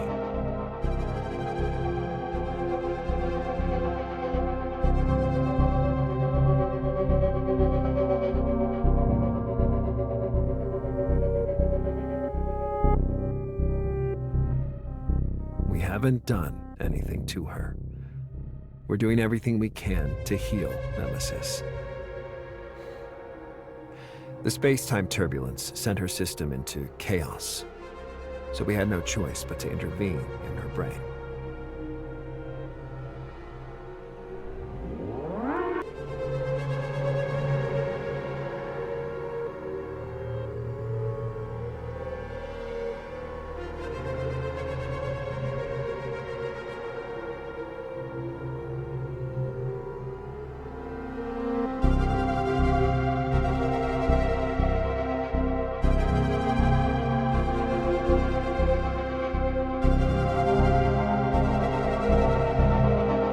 Told you.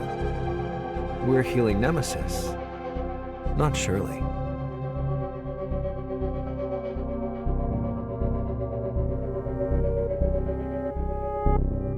Are the two of them completely the same to you? Frozen body, eyes drained of all life.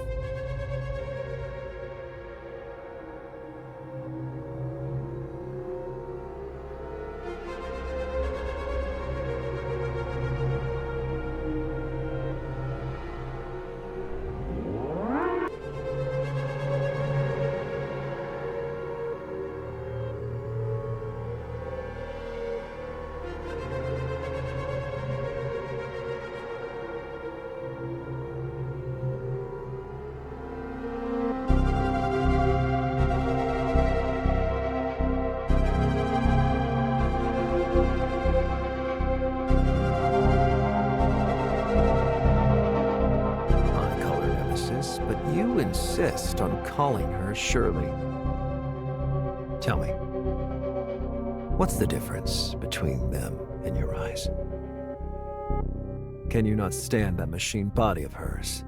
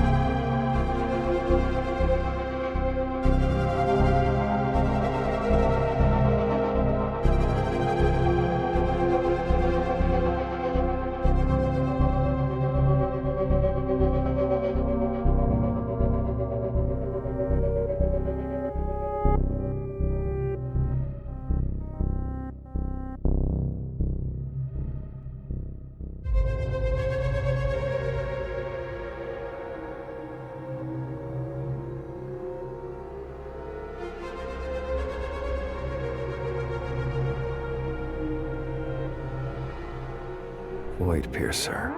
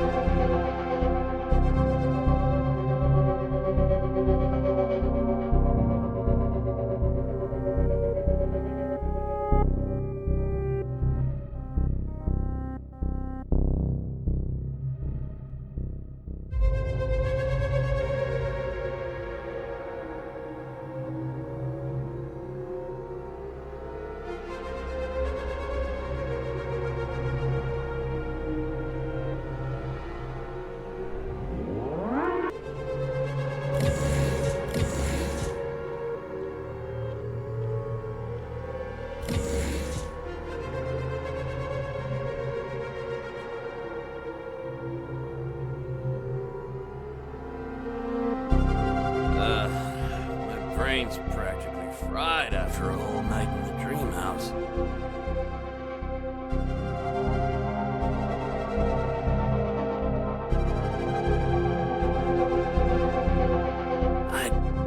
I'm sorry. When you discovered the nutrient solution had been put in backwards, I panicked. I was worried you'd figure out it was me, and I ended up knocking over my own reagent.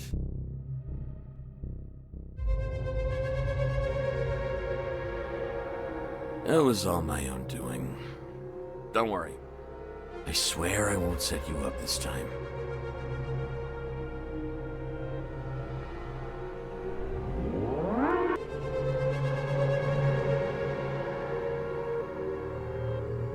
How did you figure that out?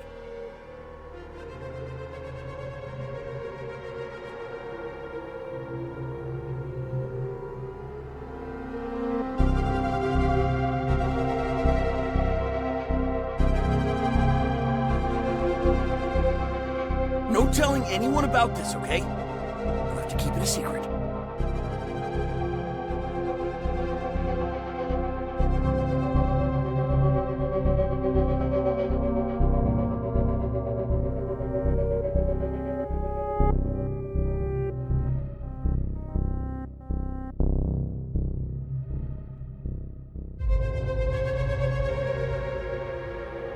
Deal. The Dream House is actually a specialized brain interface. Back when the Ida explosion hit, the space station got blown to pieces, and its AI, Noah, went down for good.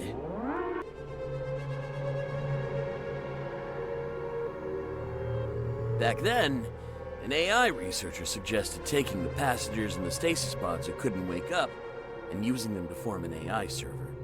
That way, Noah could be repaired as quickly as possible.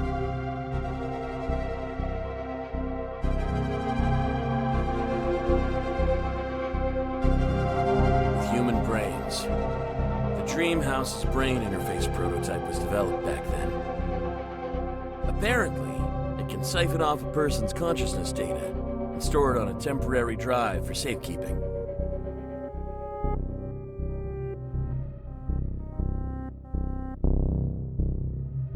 The vacant brains were then linked together, allowing the AI to slip in and harness their neural power. That's what kept the space station alive during its most perilous phase.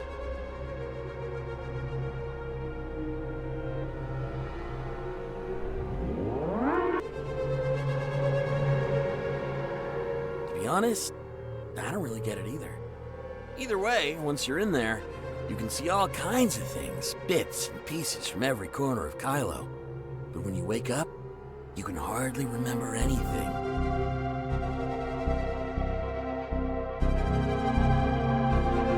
Based on my experience repairing spaceship systems, I'd say it's the information channel everyone's consciousness passes through when it's sent out or pulled back in.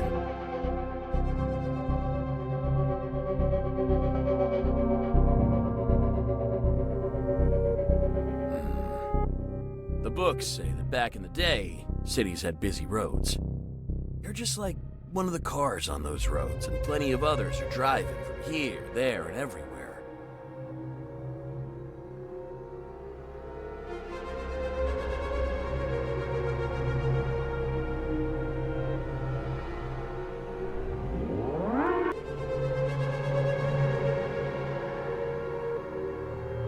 You're pretty sharp.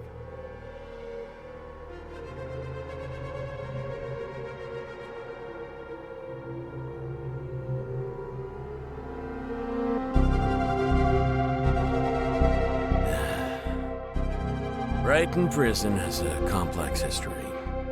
In the beginning, it was built by Anchor Infinity to lock up people who stood against them. Later, the Hope Fleet seized control.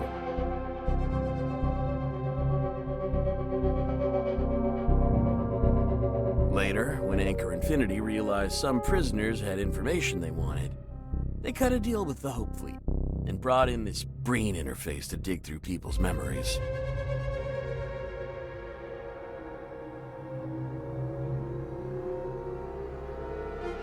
Once Kailo was up and running, Lana's computing power still wasn't enough, so Anchor Infinity started using the machine to tap into prisoners' brains. Using that excuse, they took back control of the prison again.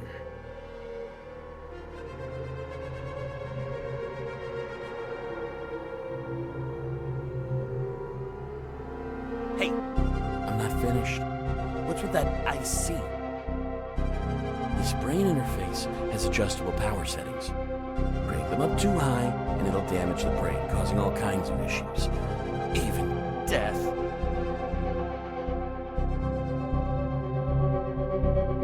Veronica, the general of the Hope Fleet, has despised Anchor Infinity for quite some time. She once captured a senior Anchor Infinity executive and planned to subject him to a thorough interrogation.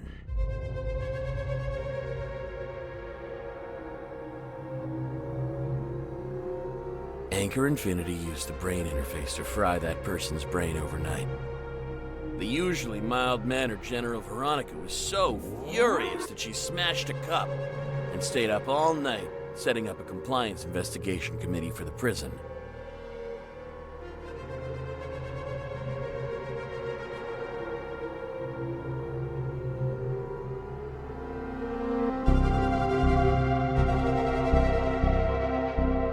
I know what you're thinking. Anchor Infinity just sent Veronica off on a long-range expedition. It's only natural they're using her absence to try and retake control of the prison. That's why Nanto's been coming and going non-stop lately.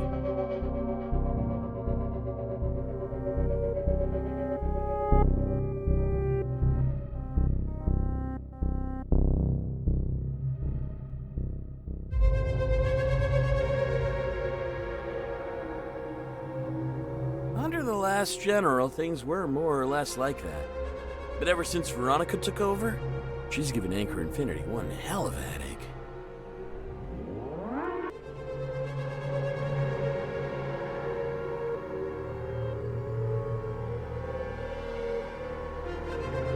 Yeah, basically, but it depends on the person. That machine and I don't get along. Most people are just a little drowsy after a night inside it, but my brain aches for ages before I'm back to normal.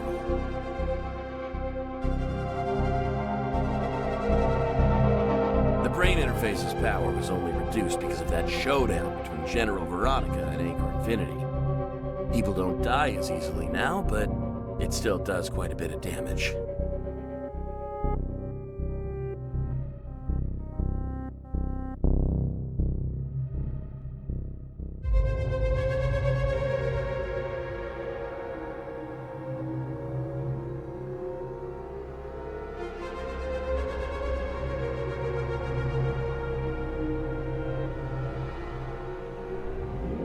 What are you thinking? Don't go poking around just because you're curious. That thing might not kill people anymore, but if you're unlucky, 2 or 3 runs can still fry your brain.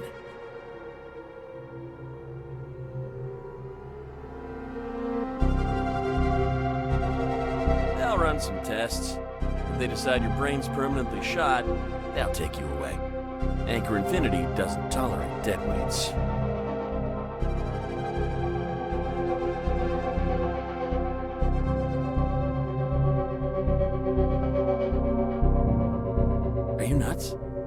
people go through rigorous testing before they're let go. No one can fool Lana.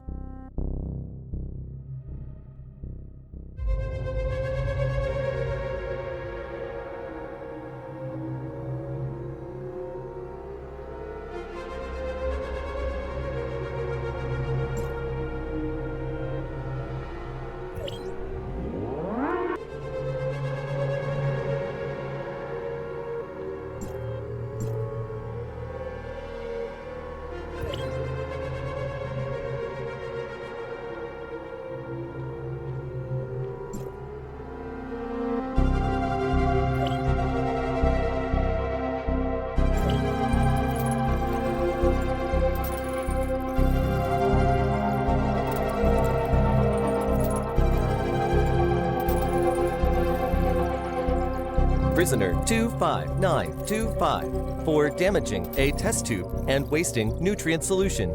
You are sentenced to 1 night in the brain interface room.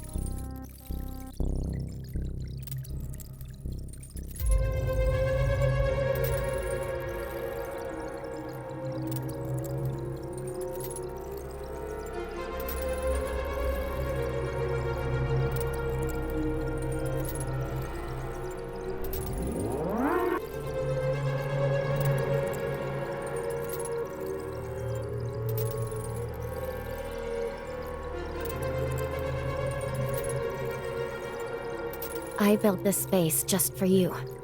Lana can't listen to us in here.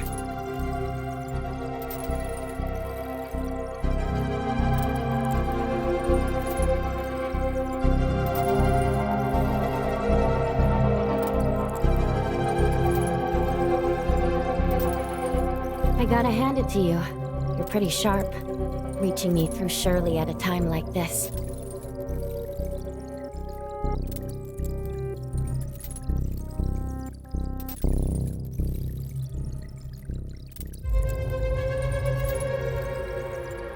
I snuck a look at some surveillance footage from the Brighton zone.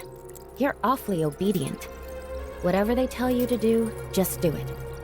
Who would have thought Hykros' diplomatic representative was such a pushover?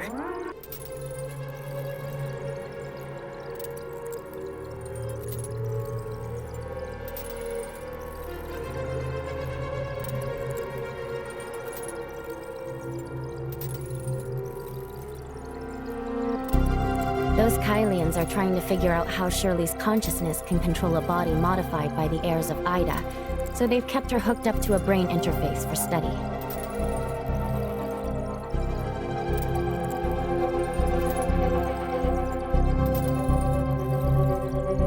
Shirley survived the temporal anomalies and the Angels of Clemency's modifications.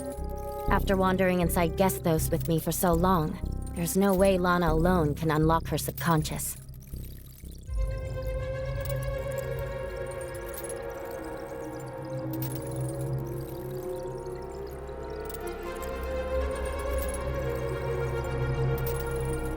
Relax. They wouldn't dare harm her. She's way too valuable for that.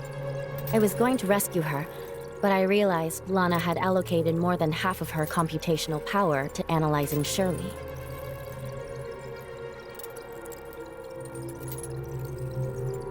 I've only diverted a small portion of my computational power here for now. After all, this is Lana's turf. If I rushed to rescue Shirley, I'd definitely draw her attention, so I decided to come find you first.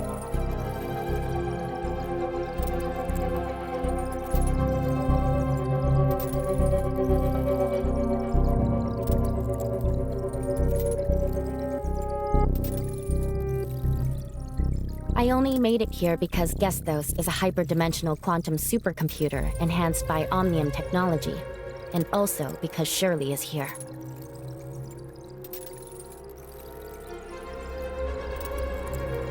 Shirley is my anchor point. Without her, I never would have made it through the space-time turbulence.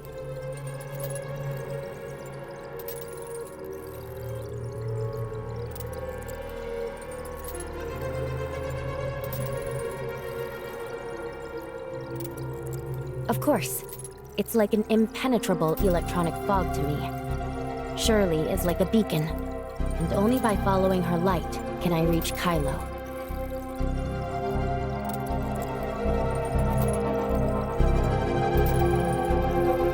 There's plenty of time to talk about all that later. For now, let me tell you how I can help.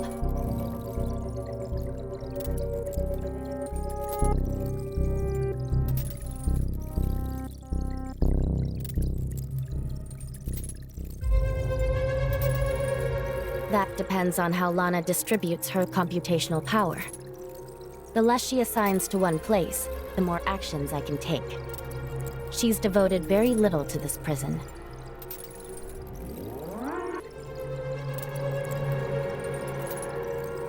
All the video footage, droid logs, and prisoner activity data are merely stored here without being analyzed.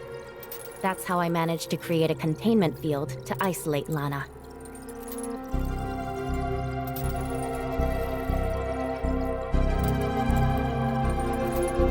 Oh, if you need my full support, I can also use Gestos to block Lana's access to the entire Kailo space station, but it won't last very long.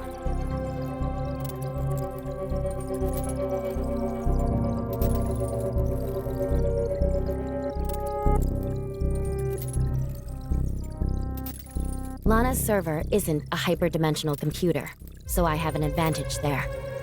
The problem is the space-time turbulence.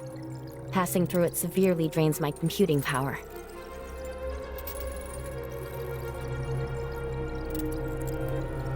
I've only just arrived and haven't had time to properly assess Lana's processing capacity. If you need it, give me a couple of days so I can get a clear grasp of what she's capable of first.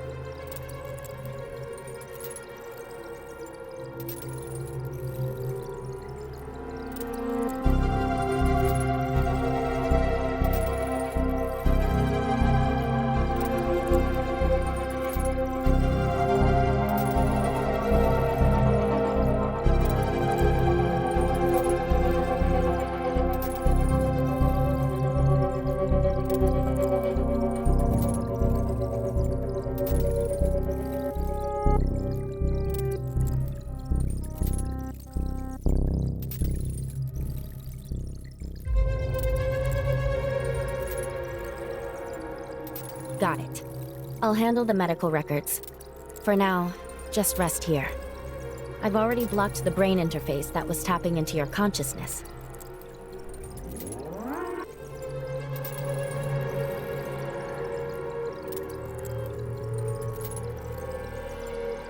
No need to thank me. Once you're out, we'll rescue Shirley, and I'll help you beat up Lana and Rafa.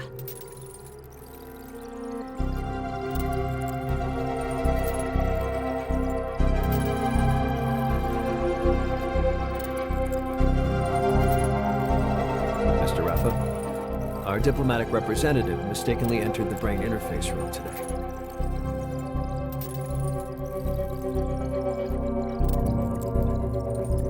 They had the honor of supporting Kailo and Lana, if only a little. They've been locked up as a fraudster, but they're still the first genuine visitor from Ida so far. Aren't you even a little curious about the place?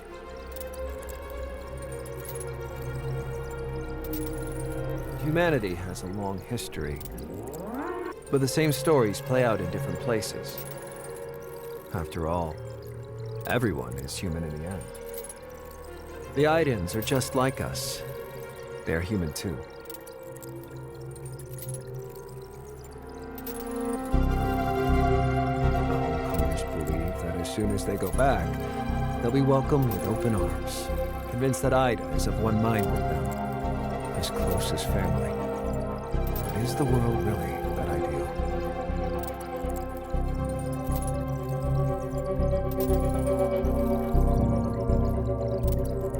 I don't think so.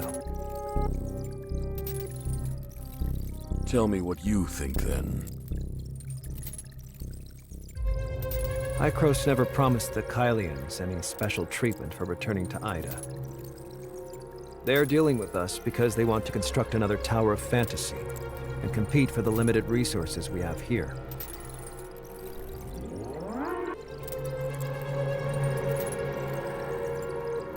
Our dealings with Hykros are no different. It's purely about finding ways to profit from them. Ida certainly has fertile ground and is worth the effort for Kailo, But Hykros is not a partner we can trust.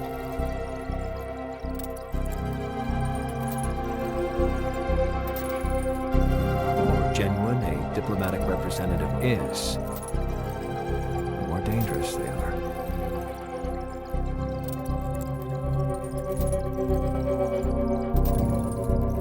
Your theory is rational, and very similar to Lana's calculations.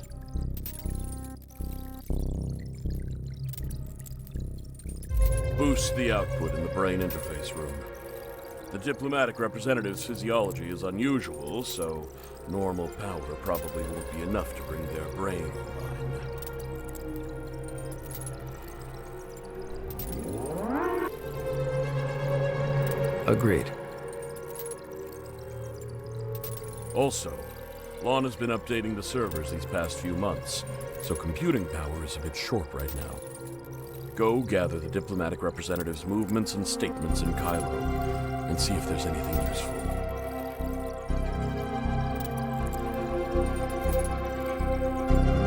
Your last answers were of no use to Shirley whatsoever. Either we were lied to, or they were simply wrong.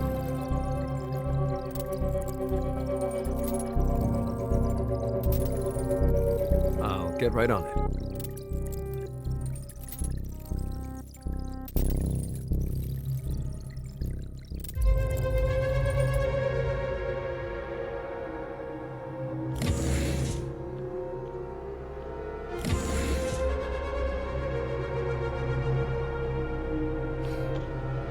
Lincoln said you screwed up yesterday and got sent to the brain interface room? You actually look fine. You must be tougher than I thought.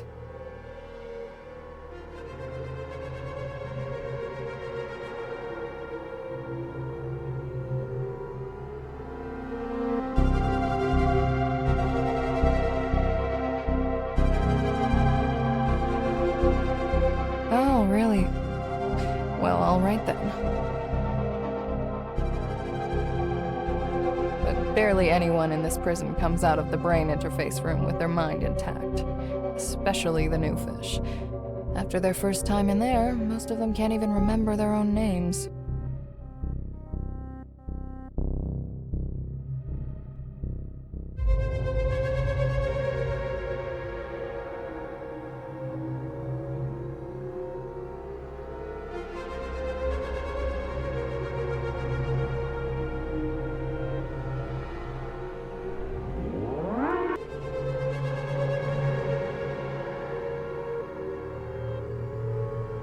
Mealtime's over. See ya.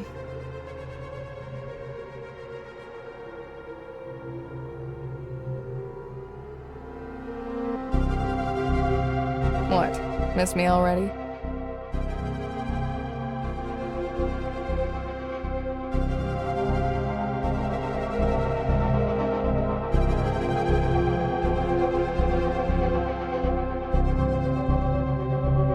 Why are you suddenly bringing this up?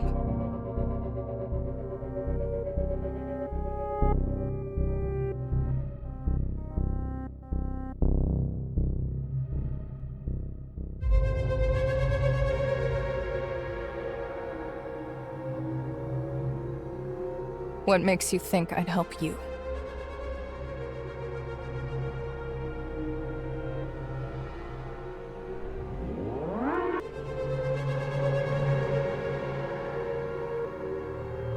So, how do you want me to help?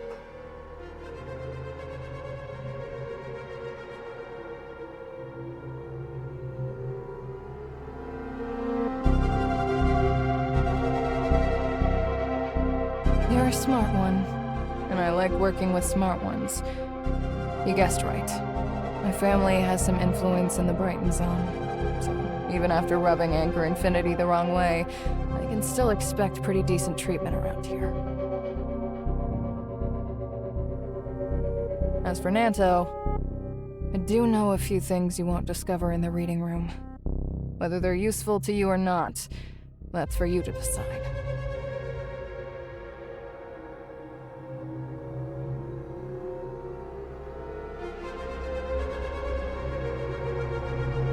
Why are you so hung up on that name?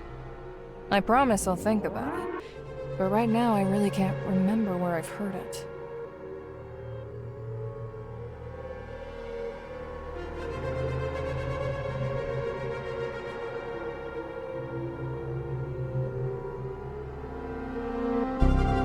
Brighton's prison control has bounced back and forth between Anchor Infinity and the Hope Fleet a few times. But no matter who's running the place, there are 2 inmates who've never been hooked up to the brain interface.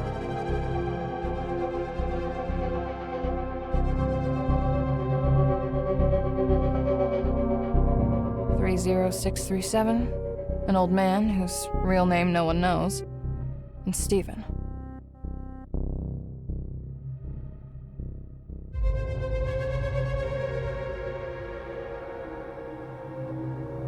As far as I know, Nanto is the one protecting them. 30637 actually went through a brain interface interrogation back in the day. But he was a tough nut to crack. The machine couldn't access his subconscious.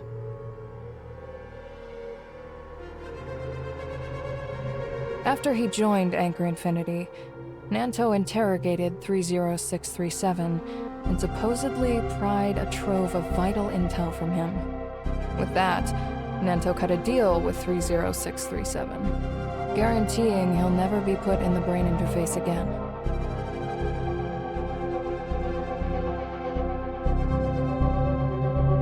Steven is even more perplexing. He was framed and taken in because of his role as a specially appointed Apex scholar researching Aidan history. Also, there were suspicions that he leaned toward the homecomers.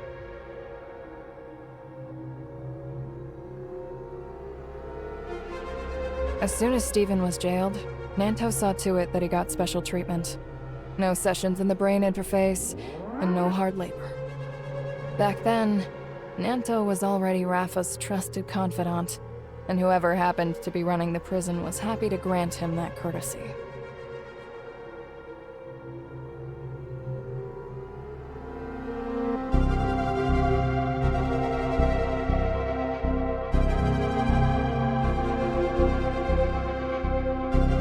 Seems we have different views on this.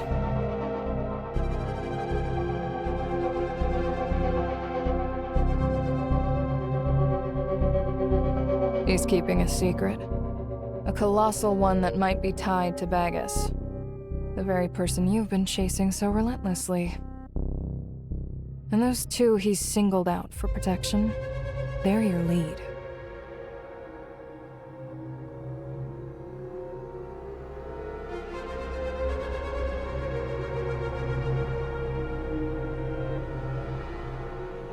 There's nothing we can do about it here.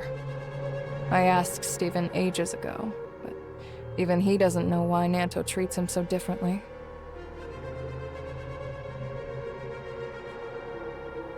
As for 30637, he's too old and his mind has long since deteriorated.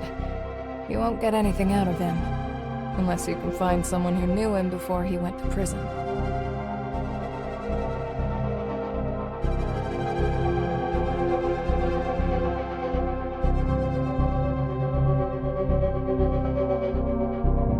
Didn't you say that even locked up here in Brighton Prison, you could still cause trouble for Anchor Infinity?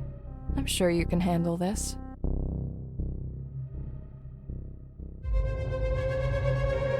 All this talking's making me thirsty. Let's go.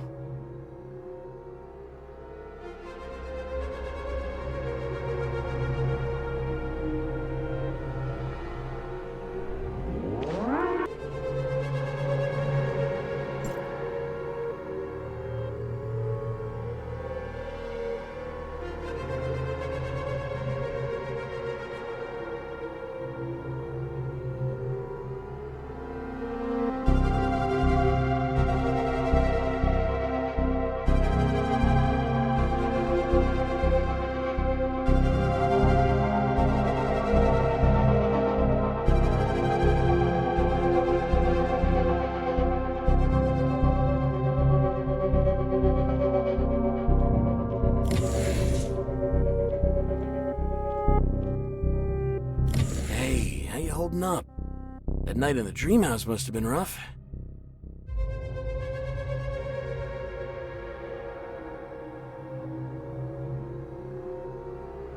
Yikes. You were pretty careless. I found out over breakfast that Laurent and Lelouch were cremated last night.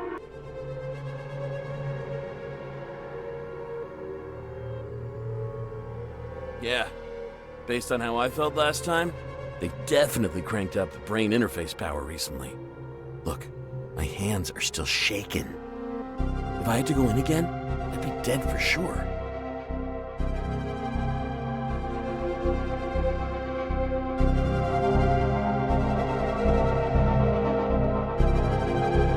Of course I will, but we're in Brighton prison now. Our lives aren't our own. Last year, when Lana's servers were being updated and computing power was scarce, Anchor Infinity came up with all sorts of excuses to throw people in prison and put them through brain interface interrogations.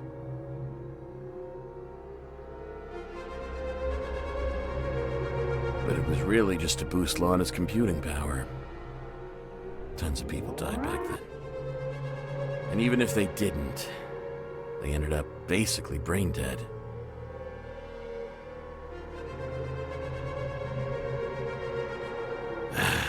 If I ever ended up like that, I'd be better off dead. I'm betting that's how old Han's brain was fried.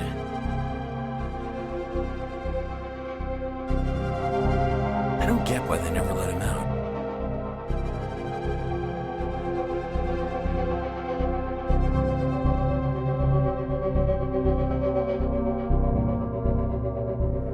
True. You're in way better shape than I am. Everyone who went in with you is dead, but you've still got plenty of fight left in you. I wish I was more like you.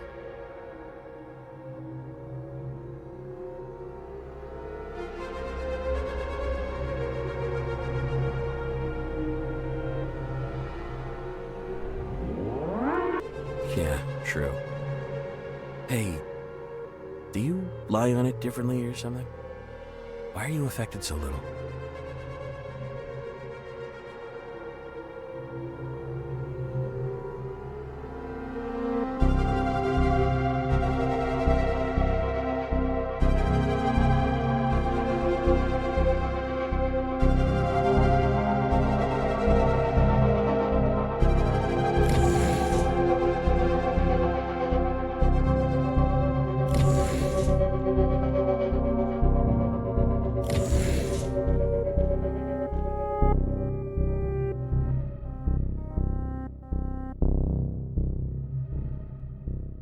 I sent him away so we could talk.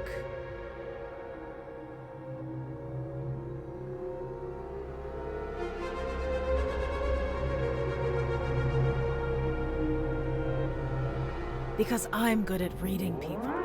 One look at you tells me you're the restless type. You're never going to rot in this prison, so you're not about to sit around with idiots like Barbara.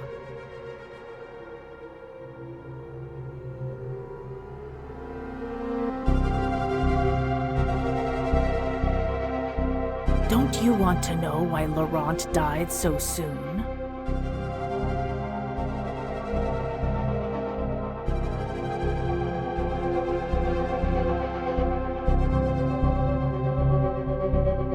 Allow me to explain. Just before the third eradication operation, on the day Lola Hans died, Nanto secretly sent Laurent to warn her, so that Wednesday could avoid the operation. Laurent, driven by selfish ambition, murdered Lola Hans and pinned it on the Hope Fleet, igniting a conflict between the pirates and Anchor Infinity in the hope of profiting from the chaos.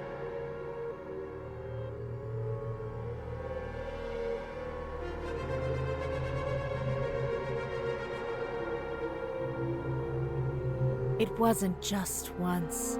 It was over and over. Long before Laurent ever left Wednesday, the two were already in touch. Wednesday is still around mostly because of his help.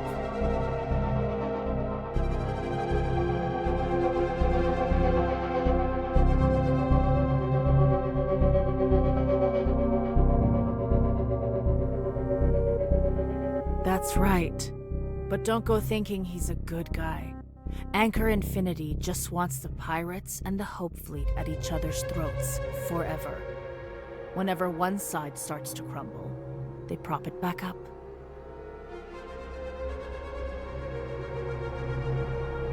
To Nanto, Laurent was nothing but a useful lapdog. If he ever dared to disobey, his master would put him down and get a new one.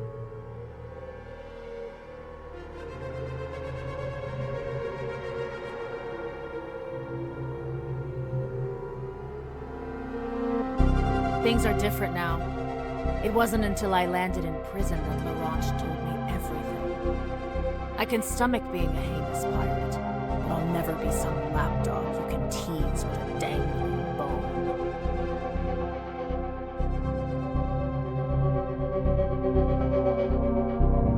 Laurent got exactly what he deserved, and I'm happy about it. But Nanto still hasn't had his reckoning. And I've never despised anyone more in my life.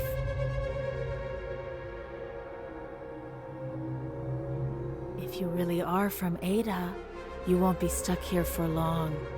I'm afraid Nanto will have me wired into the brain interface tonight just for telling you all this. I have just one favor to ask.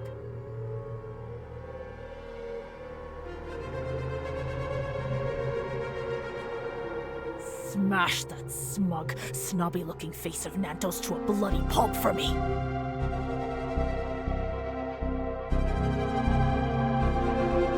It's almost lights out.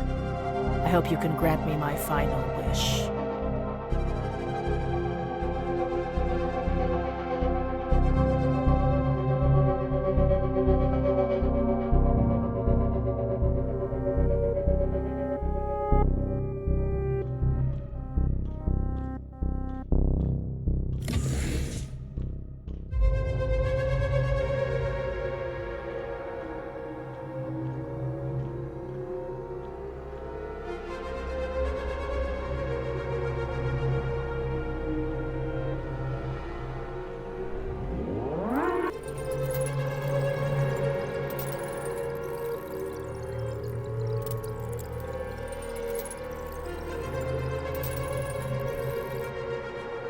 All recordings related to Prisoner 25925 from Odin's Tavern are here for you to review. Good. By the way, Prisoner 25925 didn't go to the brain interface room today, right?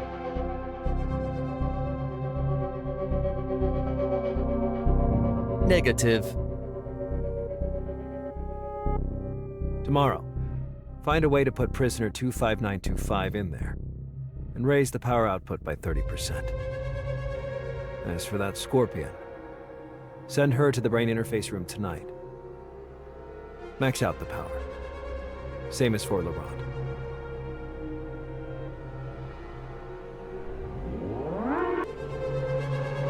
Affirmative.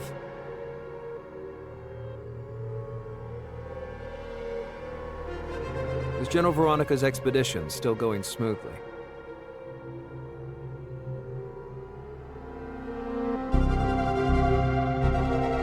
I am not authorized to initiate communications with General Veronica. Hasn't Lana been operating in the prison lately?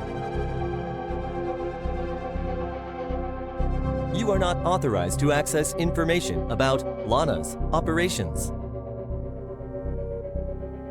Adi, this is Grey Fox.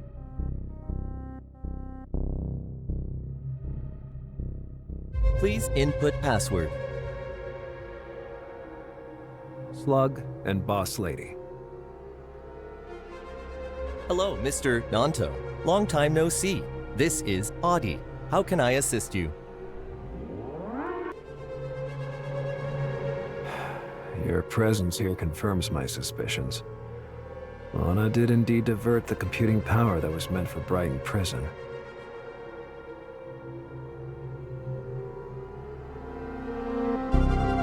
Currently, only the standard surveillance systems at BRIGHTON prison are functioning properly.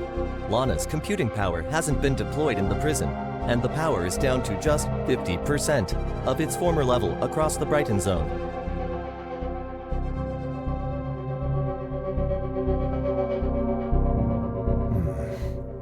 A simple server update couldn't have caused these anomalies. Seems Mr. Ruff is determined to dig into Shirley's technological secrets.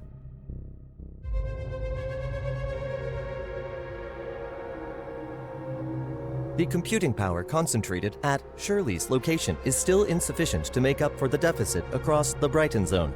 Some of the remaining capacity has simply vanished. It seems to have been siphoned into an encrypted server somewhere.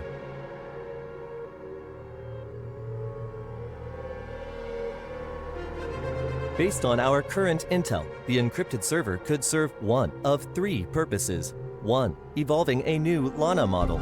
2. Supporting a new large-scale construction project.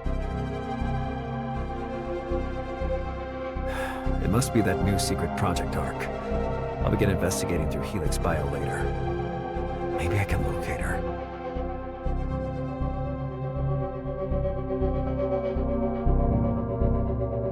Is there anything you need from me? Bagus, do you have any news? The Master remains silent. Now that's strange. How did Hykros' diplomatic representative and our Bagus become enemies? Guess we'll have to ask.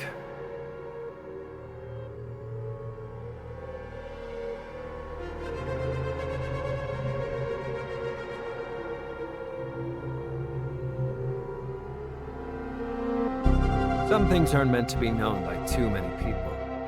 From now on, I ask, you answer. Don't test my patience.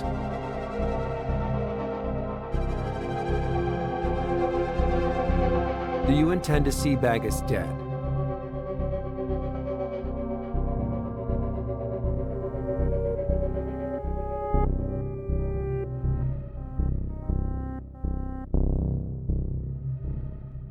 Still playing dumb. I've already checked every record in Lana's surveillance system related to you, and heard every word you've ever said in Odin's Tavern.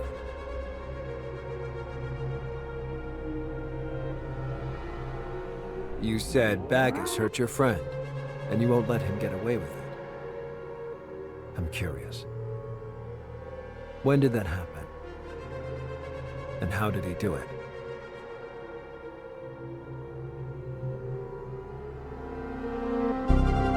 Was it in Kailo? Or on your end?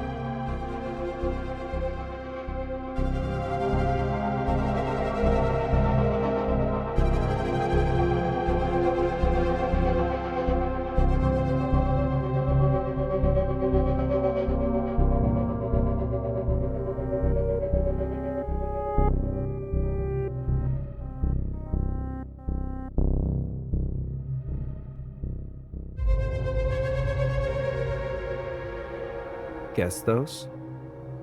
What is he using Gestos for?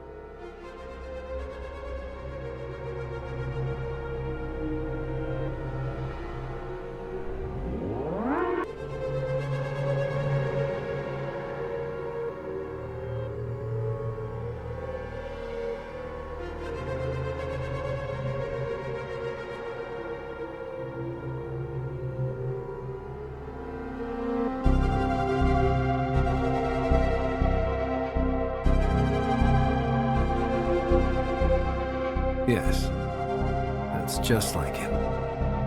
What he did was right.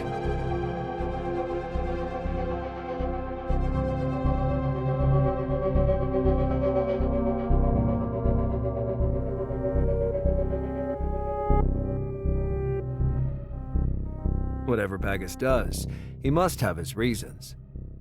He owes me no explanation. My duty is to eliminate any future threats on his behalf. Since you want Bagus dead, it's only natural that I take care of you.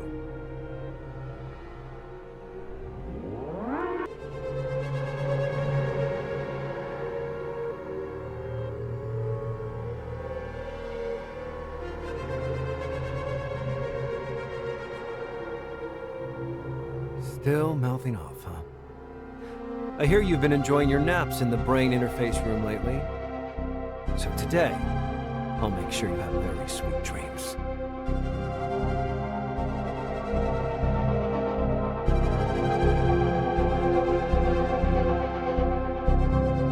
Inmates die from brain interface power anomalies all the time. If that's how you kick the bucket, at least I'll have an excuse for Rafa and Veronica.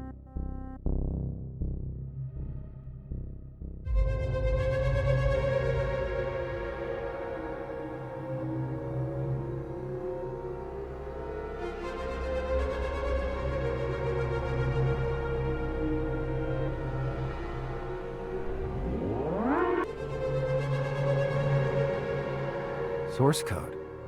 Data source. Don't tell me the key Rafa's after is hidden in your head.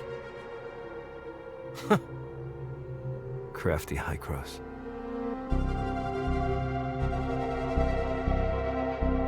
Are you so afraid I'll crank up the power and kill you that you're making up some source code in an attempt to blackmail me?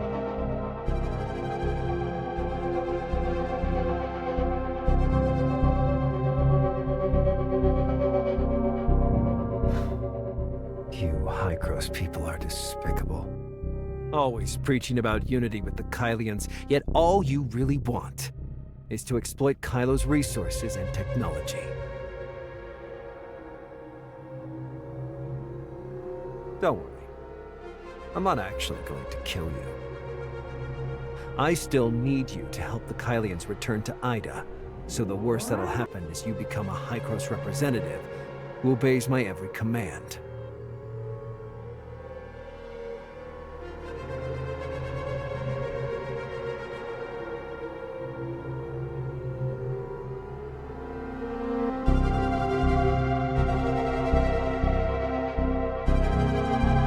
I've already told you. On this matter, Anchor Infinity and I don't see eye to eye. Rafa's lost his wits. He can't see past his own nose. Instead of clinging to the current status quo and keeping the Kailians penned in, he should be thinking about how to replace Hycros in Ida.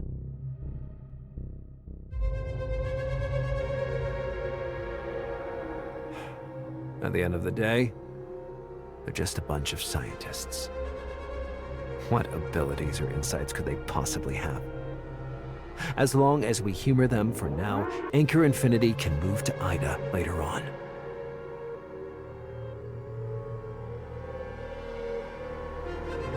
If we stay patient for a while, the faction that ultimately calls the shots in Ida will be anyone's guess. Of course, Rafa certainly won't live to see that day.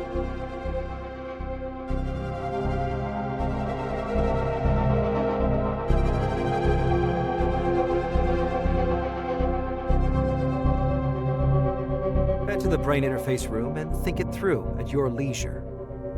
Honestly, I still can't tell whether you're an idiot or a genius.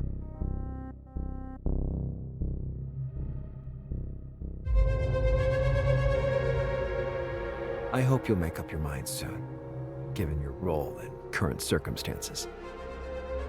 If you're willing to return to Ida and lend me your support, the CEO position at Anchor Infinity's Asperia branch could one day be yours.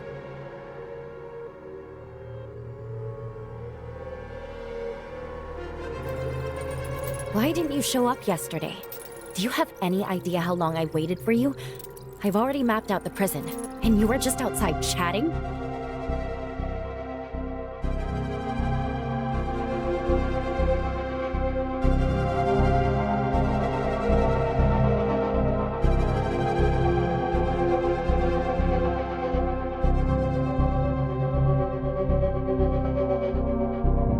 It might already be too late.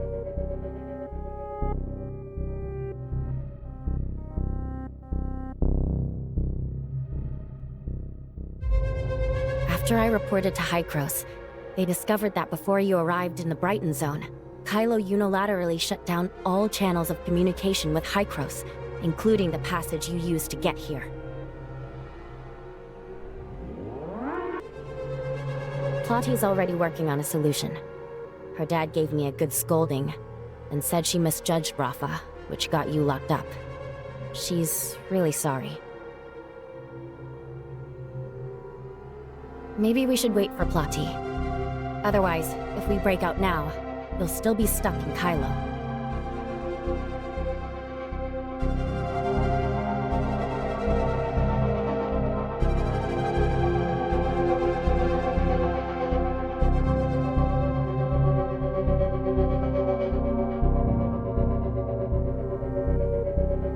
Is Bagus somehow linked to Anchor Infinity?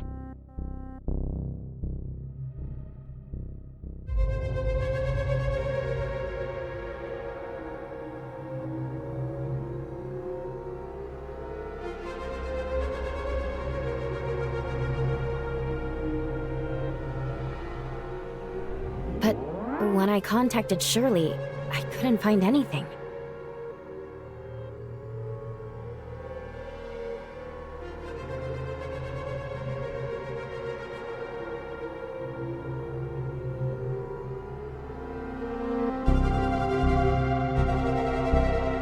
All it's doing is using more computing power. He shut down the channel to keep you from contacting Hycros. But if he thinks he can cut us off completely, he can think again.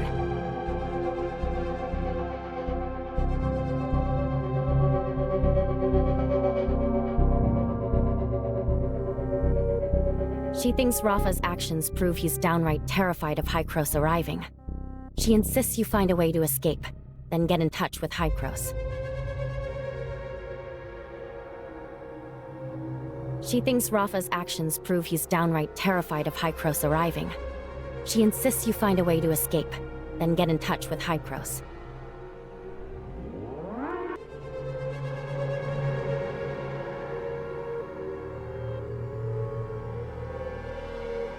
She did say she was sending someone, but the passage is closed now, and we have no idea when help will arrive. Right now, I'm the only one who can travel back and forth. I'm sorry, but there's no one else who can help you.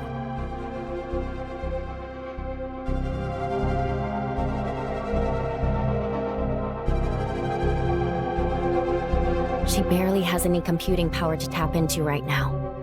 The missing capacity seems to have been swallowed by a patch of space-time turbulence. I'm guessing she's working on some big plan that demands a lot of computing power. She's confident that Brighton Prison is escape-proof. It's wrapped in space-time turbulence, after all. There's still very little computing power allocated here, so for now, our jailbreak plan should be foolproof.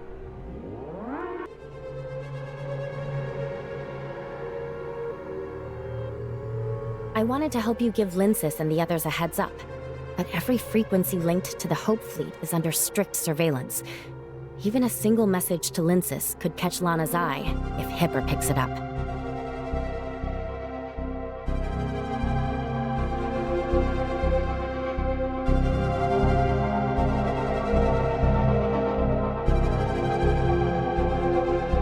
Our plan has to succeed. Only after you're safe can we plan our next move.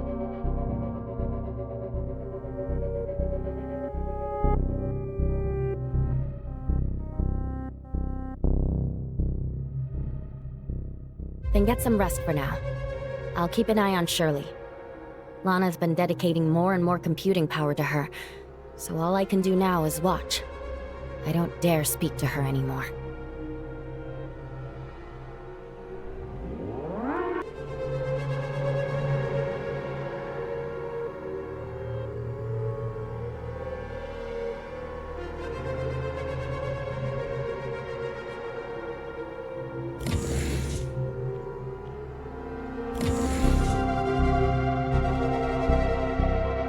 Remembered something about that guy you've been asking about, Bagus.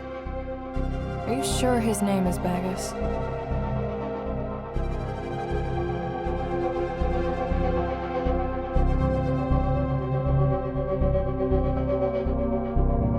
As I said before, my mom got to know the Todd siblings through work and ended up designing the first bar counter at Odin's Tavern. Don't underestimate this job.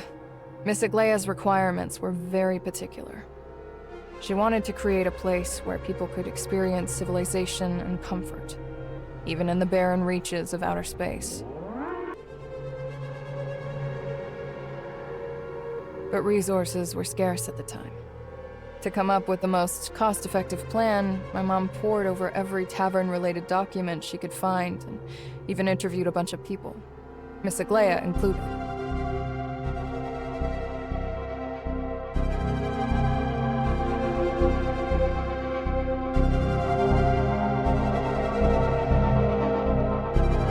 Why do you get so worked up when I bring him up? Be patient. My mom never met him, but Miss Aglaya mentioned him.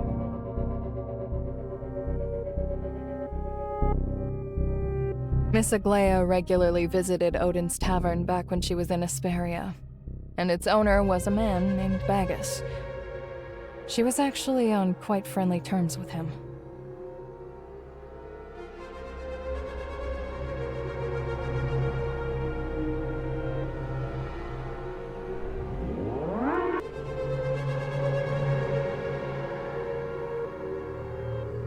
Yeah. Supposedly, Bagus had lots of connections back then, and because of his relationship with Miss Aglaya, Apex sent him an invitation to the space station. That's how he ended up on board.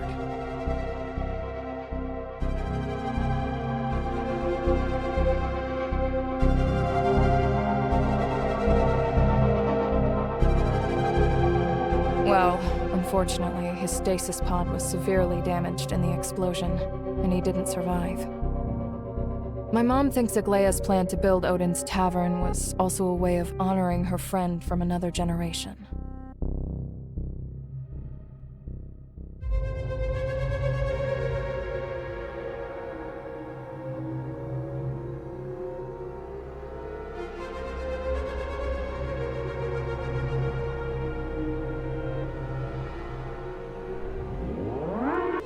Why have you suddenly gone silent? I finally remembered, and that's your reaction?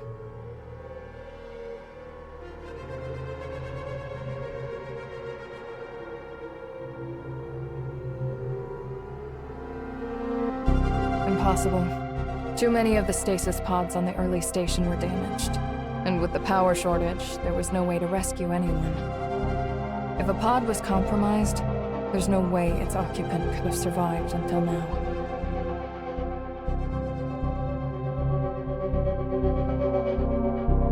So, I think you might be looking for the wrong person.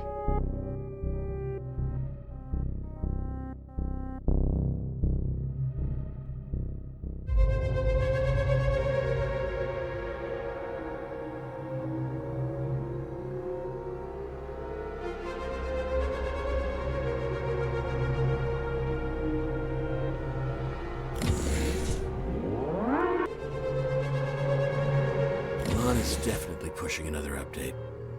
This morning in the cafeteria, they said I was stacking the trays at the wrong angle.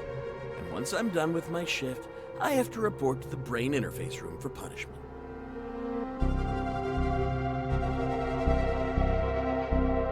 Scorpion and Angel were hauled in last night, and they were already dead this morning. If I go in, I'm as good as dead. Is there anything you can do?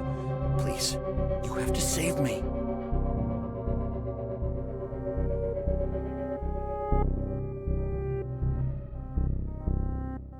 They've cranked the brain interface power way too high. If you don't help me, I'll die.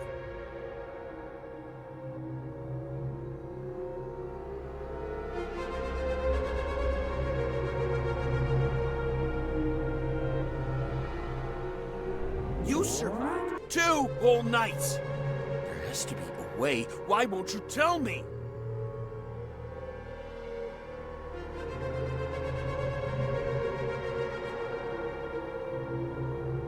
Prisoner 11667, causing a loud disturbance and interfering with others' work. Punishment: 1 night in the brain interface room.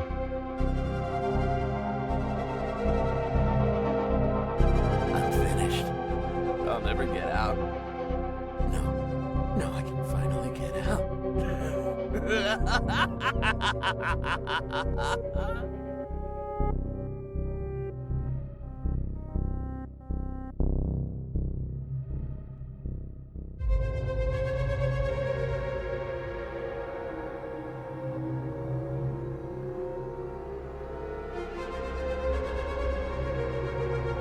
Prisoner 25925. Disrupting prison management operations. Punishment 1 night in the brain interface room.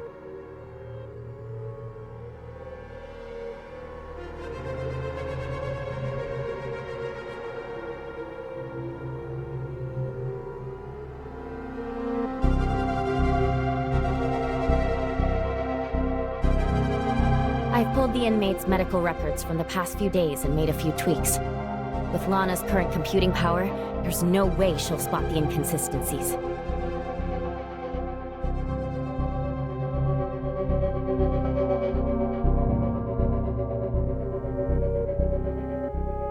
First, we'll forge your life readings. The system's monitoring you in real time. One jolt will knock you out, send your heart into arrhythmia, and stop it altogether. Don't worry, I'll control the voltage precisely. You'll pull through.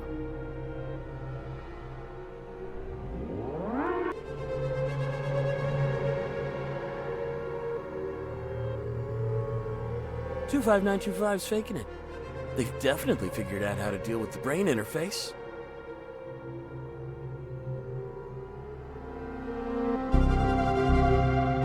Are you sure? Definitely. Ever since the brain interface's power was boosted these past few days, everyone else has died. They were hooked up for 2 of the last 3 days and walked away unscathed.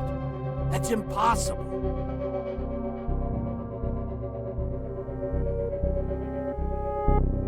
Are you saying a fraudster in Brighton Prison has found a way to evade Lana?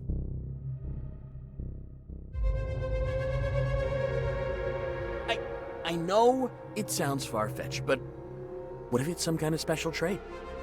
That would make them incredibly valuable for Helix Bio's research.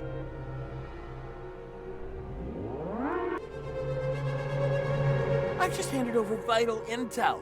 Please, don't put me in the brain interface again.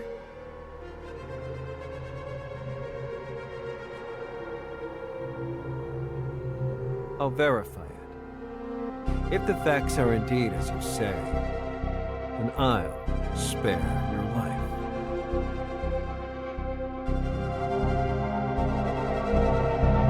I swear, there's definitely something wrong with 25925. If you don't believe me, then go check right now.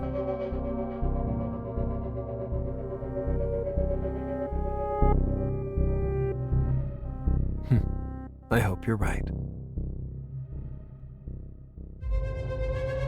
Heartbeat has returned to normal. Vital signs are stable, but consciousness remains impaired.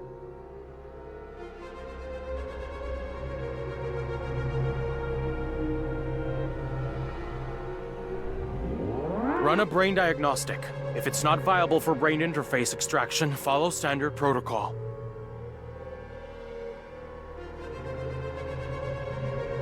Affirmative.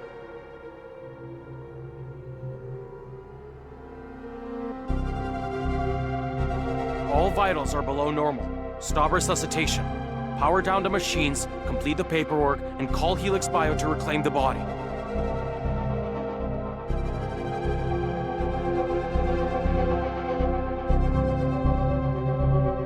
Affirmative.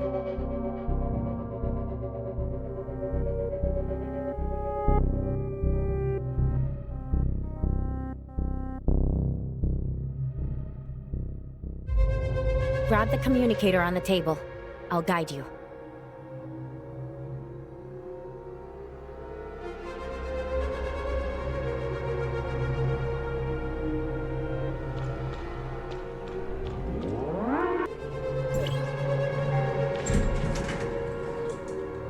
Nanto's here.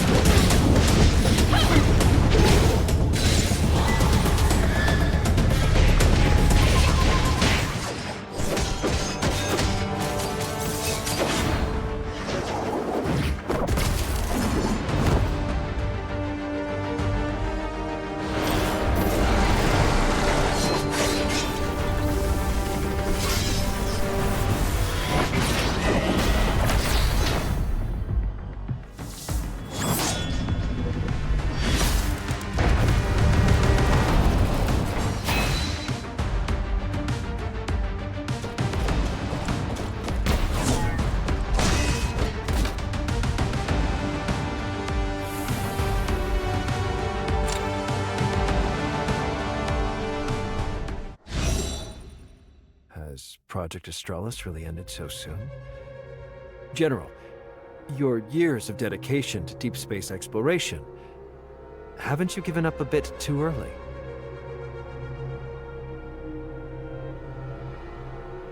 Project Astralis hasn't failed. I just began to feel unwell after I set out. I had no choice but to turn back midway to recover.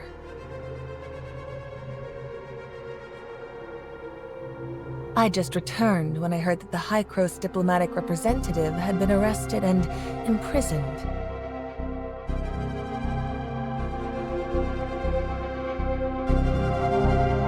We uncovered this fraud while you were away, General. Since you aren't feeling well, I'll arrange Helix Bio to give you a checkup.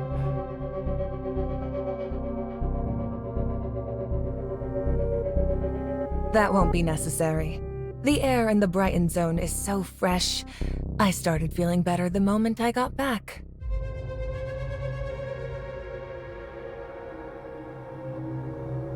Brighton Prison is under the Hope Fleet's jurisdiction. Now that I've returned, I intend to conduct a thorough investigation into this case. After all, even Anchor Infinity was swindled, so this is no small matter.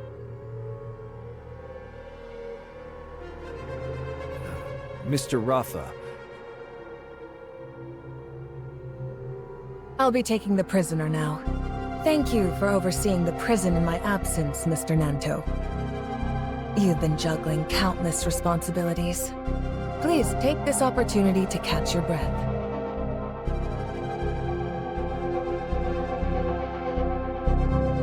Please coordinate the remaining handover with Alexander.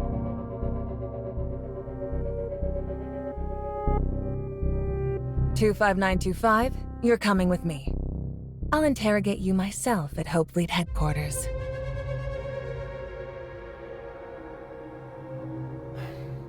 General, you've always treated your subordinates with kindness. Thank you for thinking of me. I'll make sure Mr. Rafa hears of your thoughtfulness and diligence.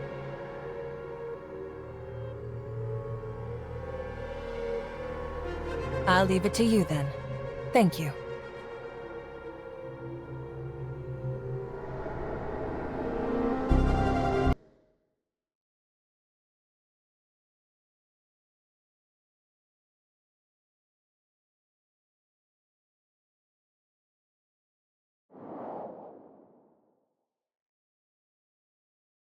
You must be terribly shaken after being imprisoned over a misunderstanding, diplomatic representative.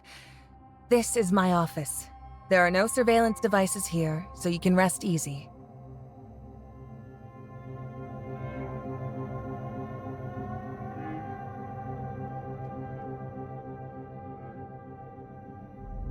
Yes, that's me. But I don't think I deserve all the praise. I simply want the Hope Fleet to help humanity find a new home as soon as possible.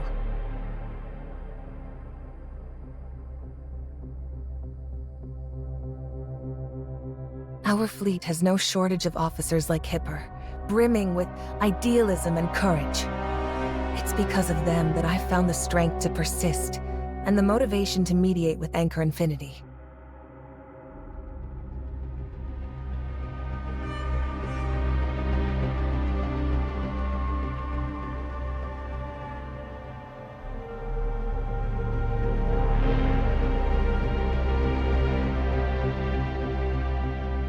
Nanto is young and hot-tempered. As far as I'm aware, all of this was his own doing while Mr. Rafa was unwell.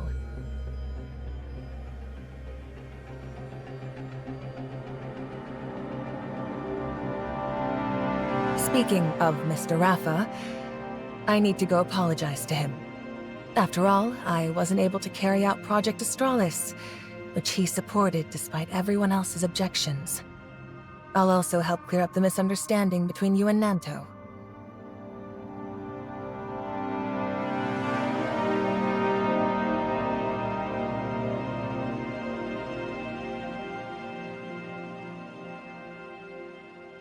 Rest assured, I guarantee that all scheduled diplomatic negotiations and events will proceed as planned.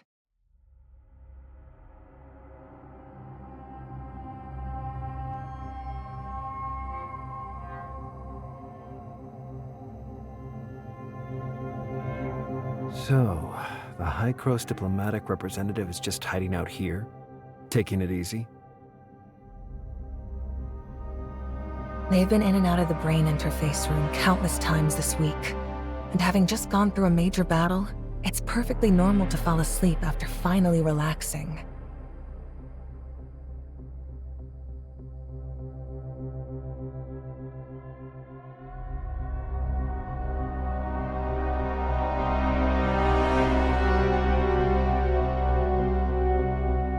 Relax. I'm the one who let him in. He proposed cooperation terms I simply couldn't refuse. Once you hear them, you might find them hard to refuse too.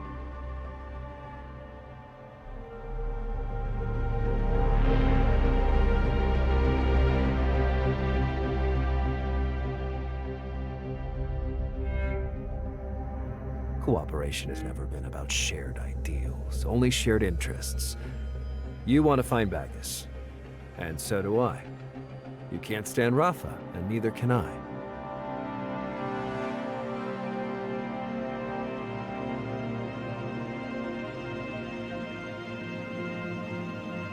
So, if he's in danger, I'll do everything I can to help him.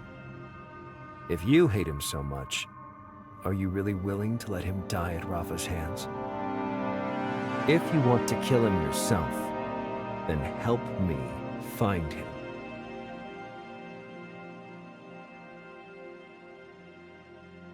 I can leverage every privilege and connection I have in Anchor Infinity, and do everything in my power to get you any information you need.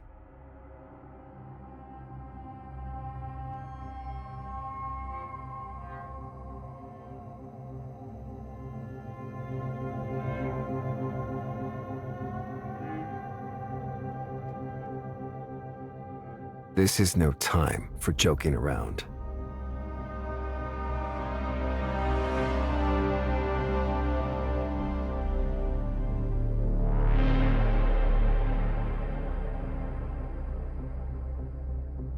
Bagus is in a predicament much like Shirley's. Their consciousnesses have undergone brain interface uploads and could be breached at any moment by Lana's computing power.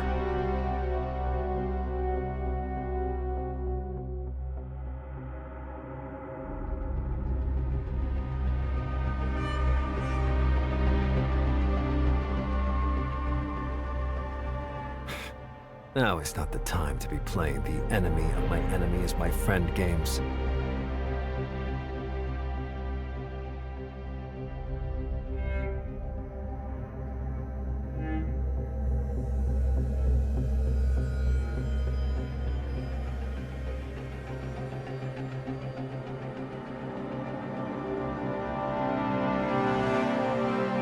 You still harbor such naive fantasies? Think back. Who framed you and had you thrown in prison? Smeared you as a fraudster, kidnapped Shirley for experimentation, and used you to murder the homecomers.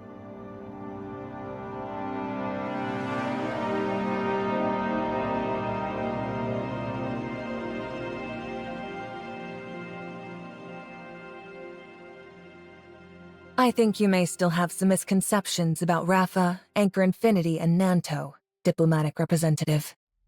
I didn't get a chance to mention this earlier.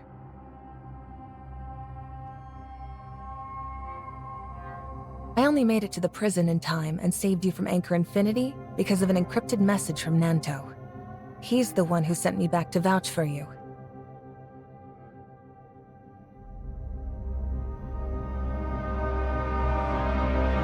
I'd say that's more than enough to demonstrate his sincerity. And don't forget, without my support, you can't verify your identity, let alone negotiate with Rafa. Before you were imprisoned, Rafa had already cut off contact with Ida and sealed the passage you used to get here.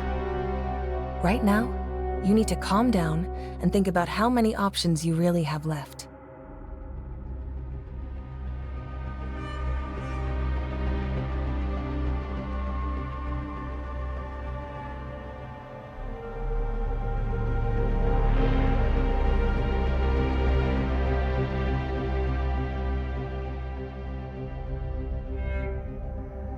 Nanto, The diplomatic representative has already made themselves perfectly clear.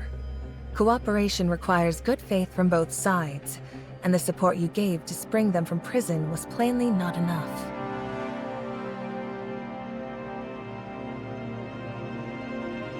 And allow me to give you a deeper understanding of Rafa. He never cared about the Kailians. After Apex fell, Anchor Infinity became the sole power. And his habitat exploration plan is just a pretense to placate the Kailians.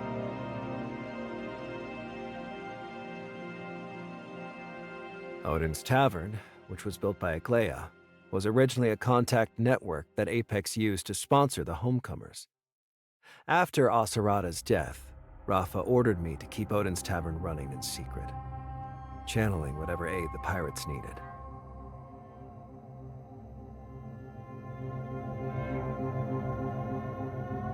This is Lana's strategy for Rafa. Impose authoritarian rule to drive the Kailians into piracy. Use those pirates to bog down the Hope Fleet. And finally, have the Hope Fleet crack down on the real homecomers.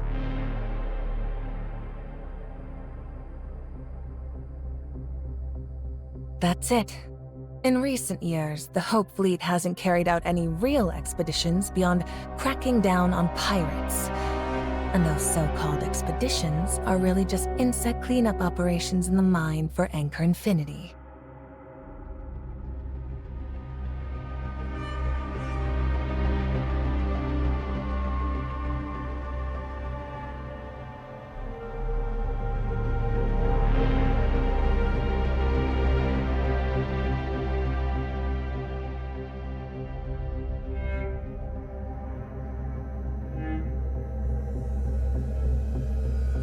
You can really pull that off?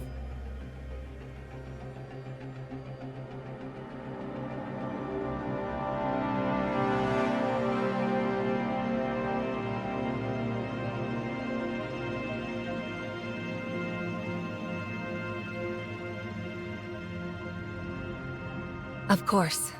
Every Hope Fleet vessel is built by Anchor Infinity and fitted with the Lana Smart Piloting System. So long as space-time turbulence doesn't cut Lana off, the ships can only be flown by her.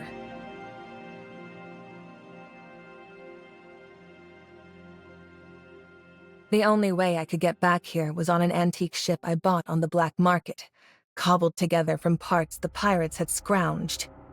Since it wasn't equipped with Lana's system, I was able to safely land at Brighton Port.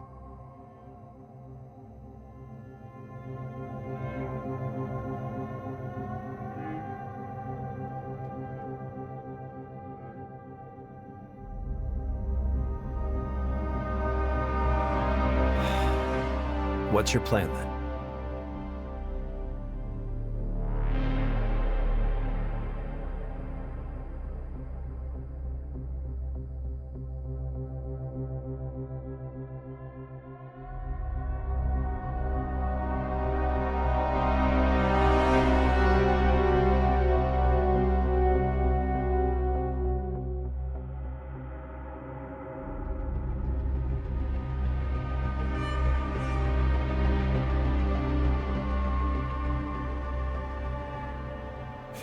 I can't possibly agree.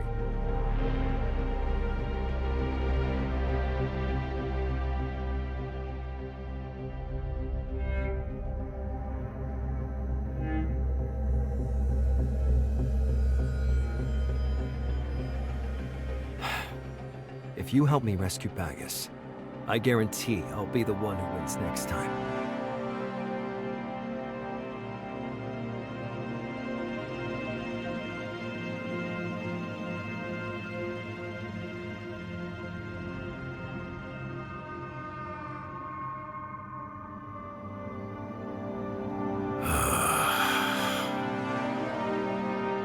You need the representative's help to save Bagus. Once he's saved, they'll find out anyway. Revealing his identity now won't make much of a difference, will it?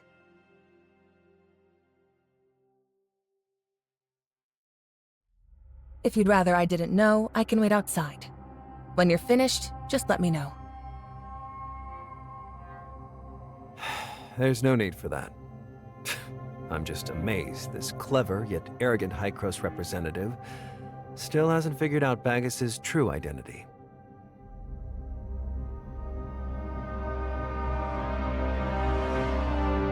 Lana's computing server is down, so she has no eyes on the prison, except at the key entrances and exits. To keep the prison under control, I have to temporarily stand in for Lana.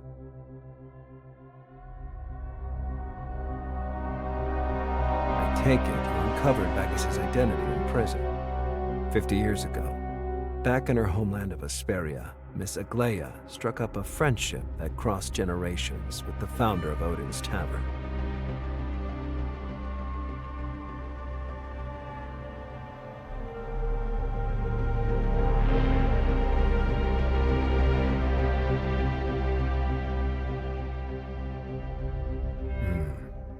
Think again.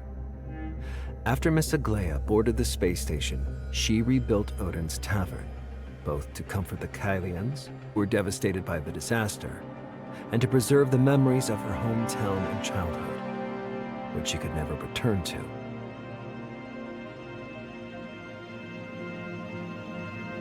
So, after Miss Aglaia was put into cryogenic sleep because of Starstone Syndrome, who took charge of Odin's Tavern?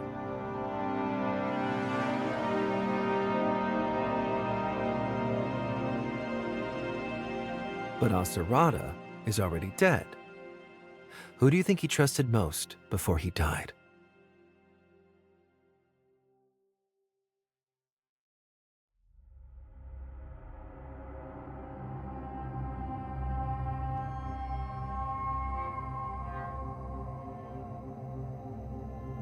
So you knew the Phantom's true identity all along. No wonder you linked me to his death so early on. But unfortunately, you hardly know him at all. At that time, he was suffering from Starstone Syndrome, and even the special medicine had no effect on him. Because of his poor health, he even cut back on attending the Apex meetings.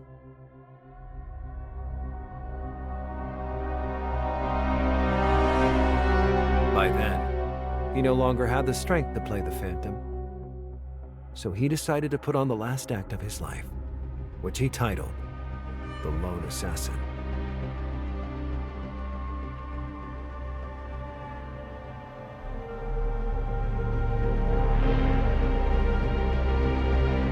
It's said that while he was on Asperia, he read some classics from his home planet.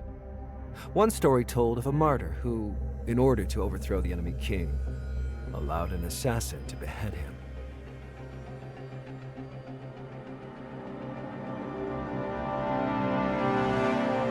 Then the assassin presented his head as a gift to the enemy king. The king received it personally, giving the assassin the opportunity to strike.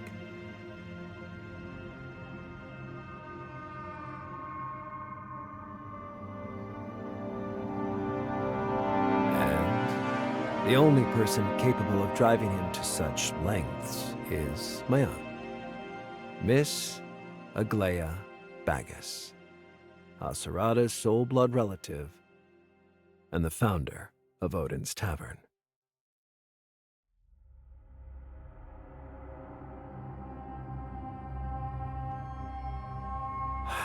I'm out of time.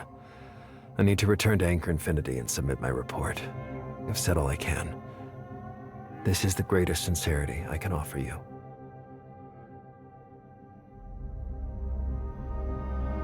Then you can return for now. Give the diplomatic representative some time. I'll clear things up here. Please remember this. I came here today because General Veronica took my prisoner, and I came solely to demand an explanation. I got into a huge argument with her, and in the end, I left empty-handed.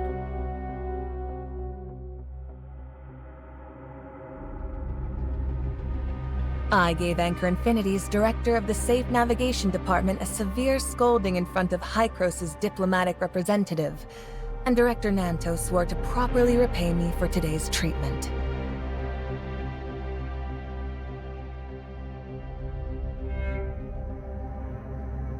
course.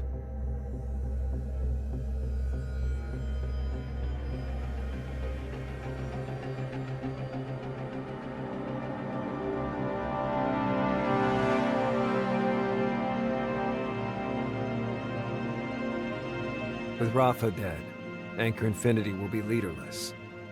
A bunch of fat fools hardly worth worrying about. Soon enough, I'll control not only Anchor Infinity, but also the nearly completed Third City. Among the Todd family legacy, Odin's Tavern can unite all the pirate factions, and the Apex servers can store Lana after her source permissions are rewritten. Once Bagus returns, these will form the foundation for rebuilding order in Kailo. General Veronica, you are driven by boundless ambition and lofty idealism, intent on making the Hope Fleet live up to its name under your command. But if you take the helm of Kailo, the strain of long-range expeditions will inevitably bleed it dry. Diplomatic representative, neither you nor Hykros are worth trusting. For now, I have no choice but to rely on you. But the moment Lana is back under Apex control, I won't let you lay a finger on Kailo ever again. When that day comes, history will chronicle everything that has taken place in this stretch of space. Everything that belongs to the Kailians. The history of Kailo must be written by our own hands.